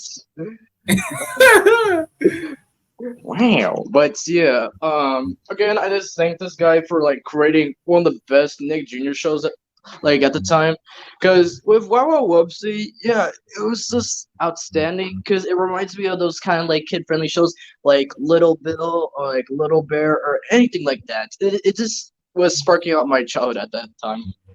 Couldn't say it better. Kind of shocked that you said Little Bill right there, but yeah, innocent times, of course, obviously, but still. Yeah. And what do you call it? If it wasn't for this show, Wubsy is my top favorite character from Greg DeLisle to this day. Oh, that's nice. Like yeah, like top one, and then like what about you guys? Who's your top one for Gray? Kitty Catswell. Nice. I would say Daphne mainly because that's her top role. I mean, come on, she's been prisoner for many years. No. It doesn't matter about top role from people. It matters about you. So who do you think What your you? favorite top one? No. I said Daphne. So that's your top favorite. Okay, gotcha. Okay, interesting. Let's see, his other works. Yes, he also created this show called Yin Yang Yo, and let's see. Whoa. He also worked on he also worked on Oh Yeah cartoons, The Fatal Parents, and Danny Phantom. Let's see, Bobby's World. Let's see, Garfield and Friends. Oh my god, that's fucking amazing. Yeah. Oh my god. But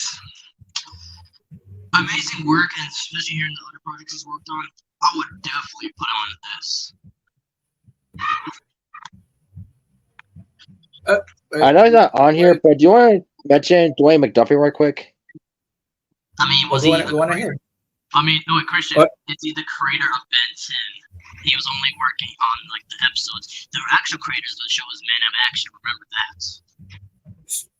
Well, I thought you might mention it because I mean, didn't he also has worked on Justice League? Or I thought he was the creator. No.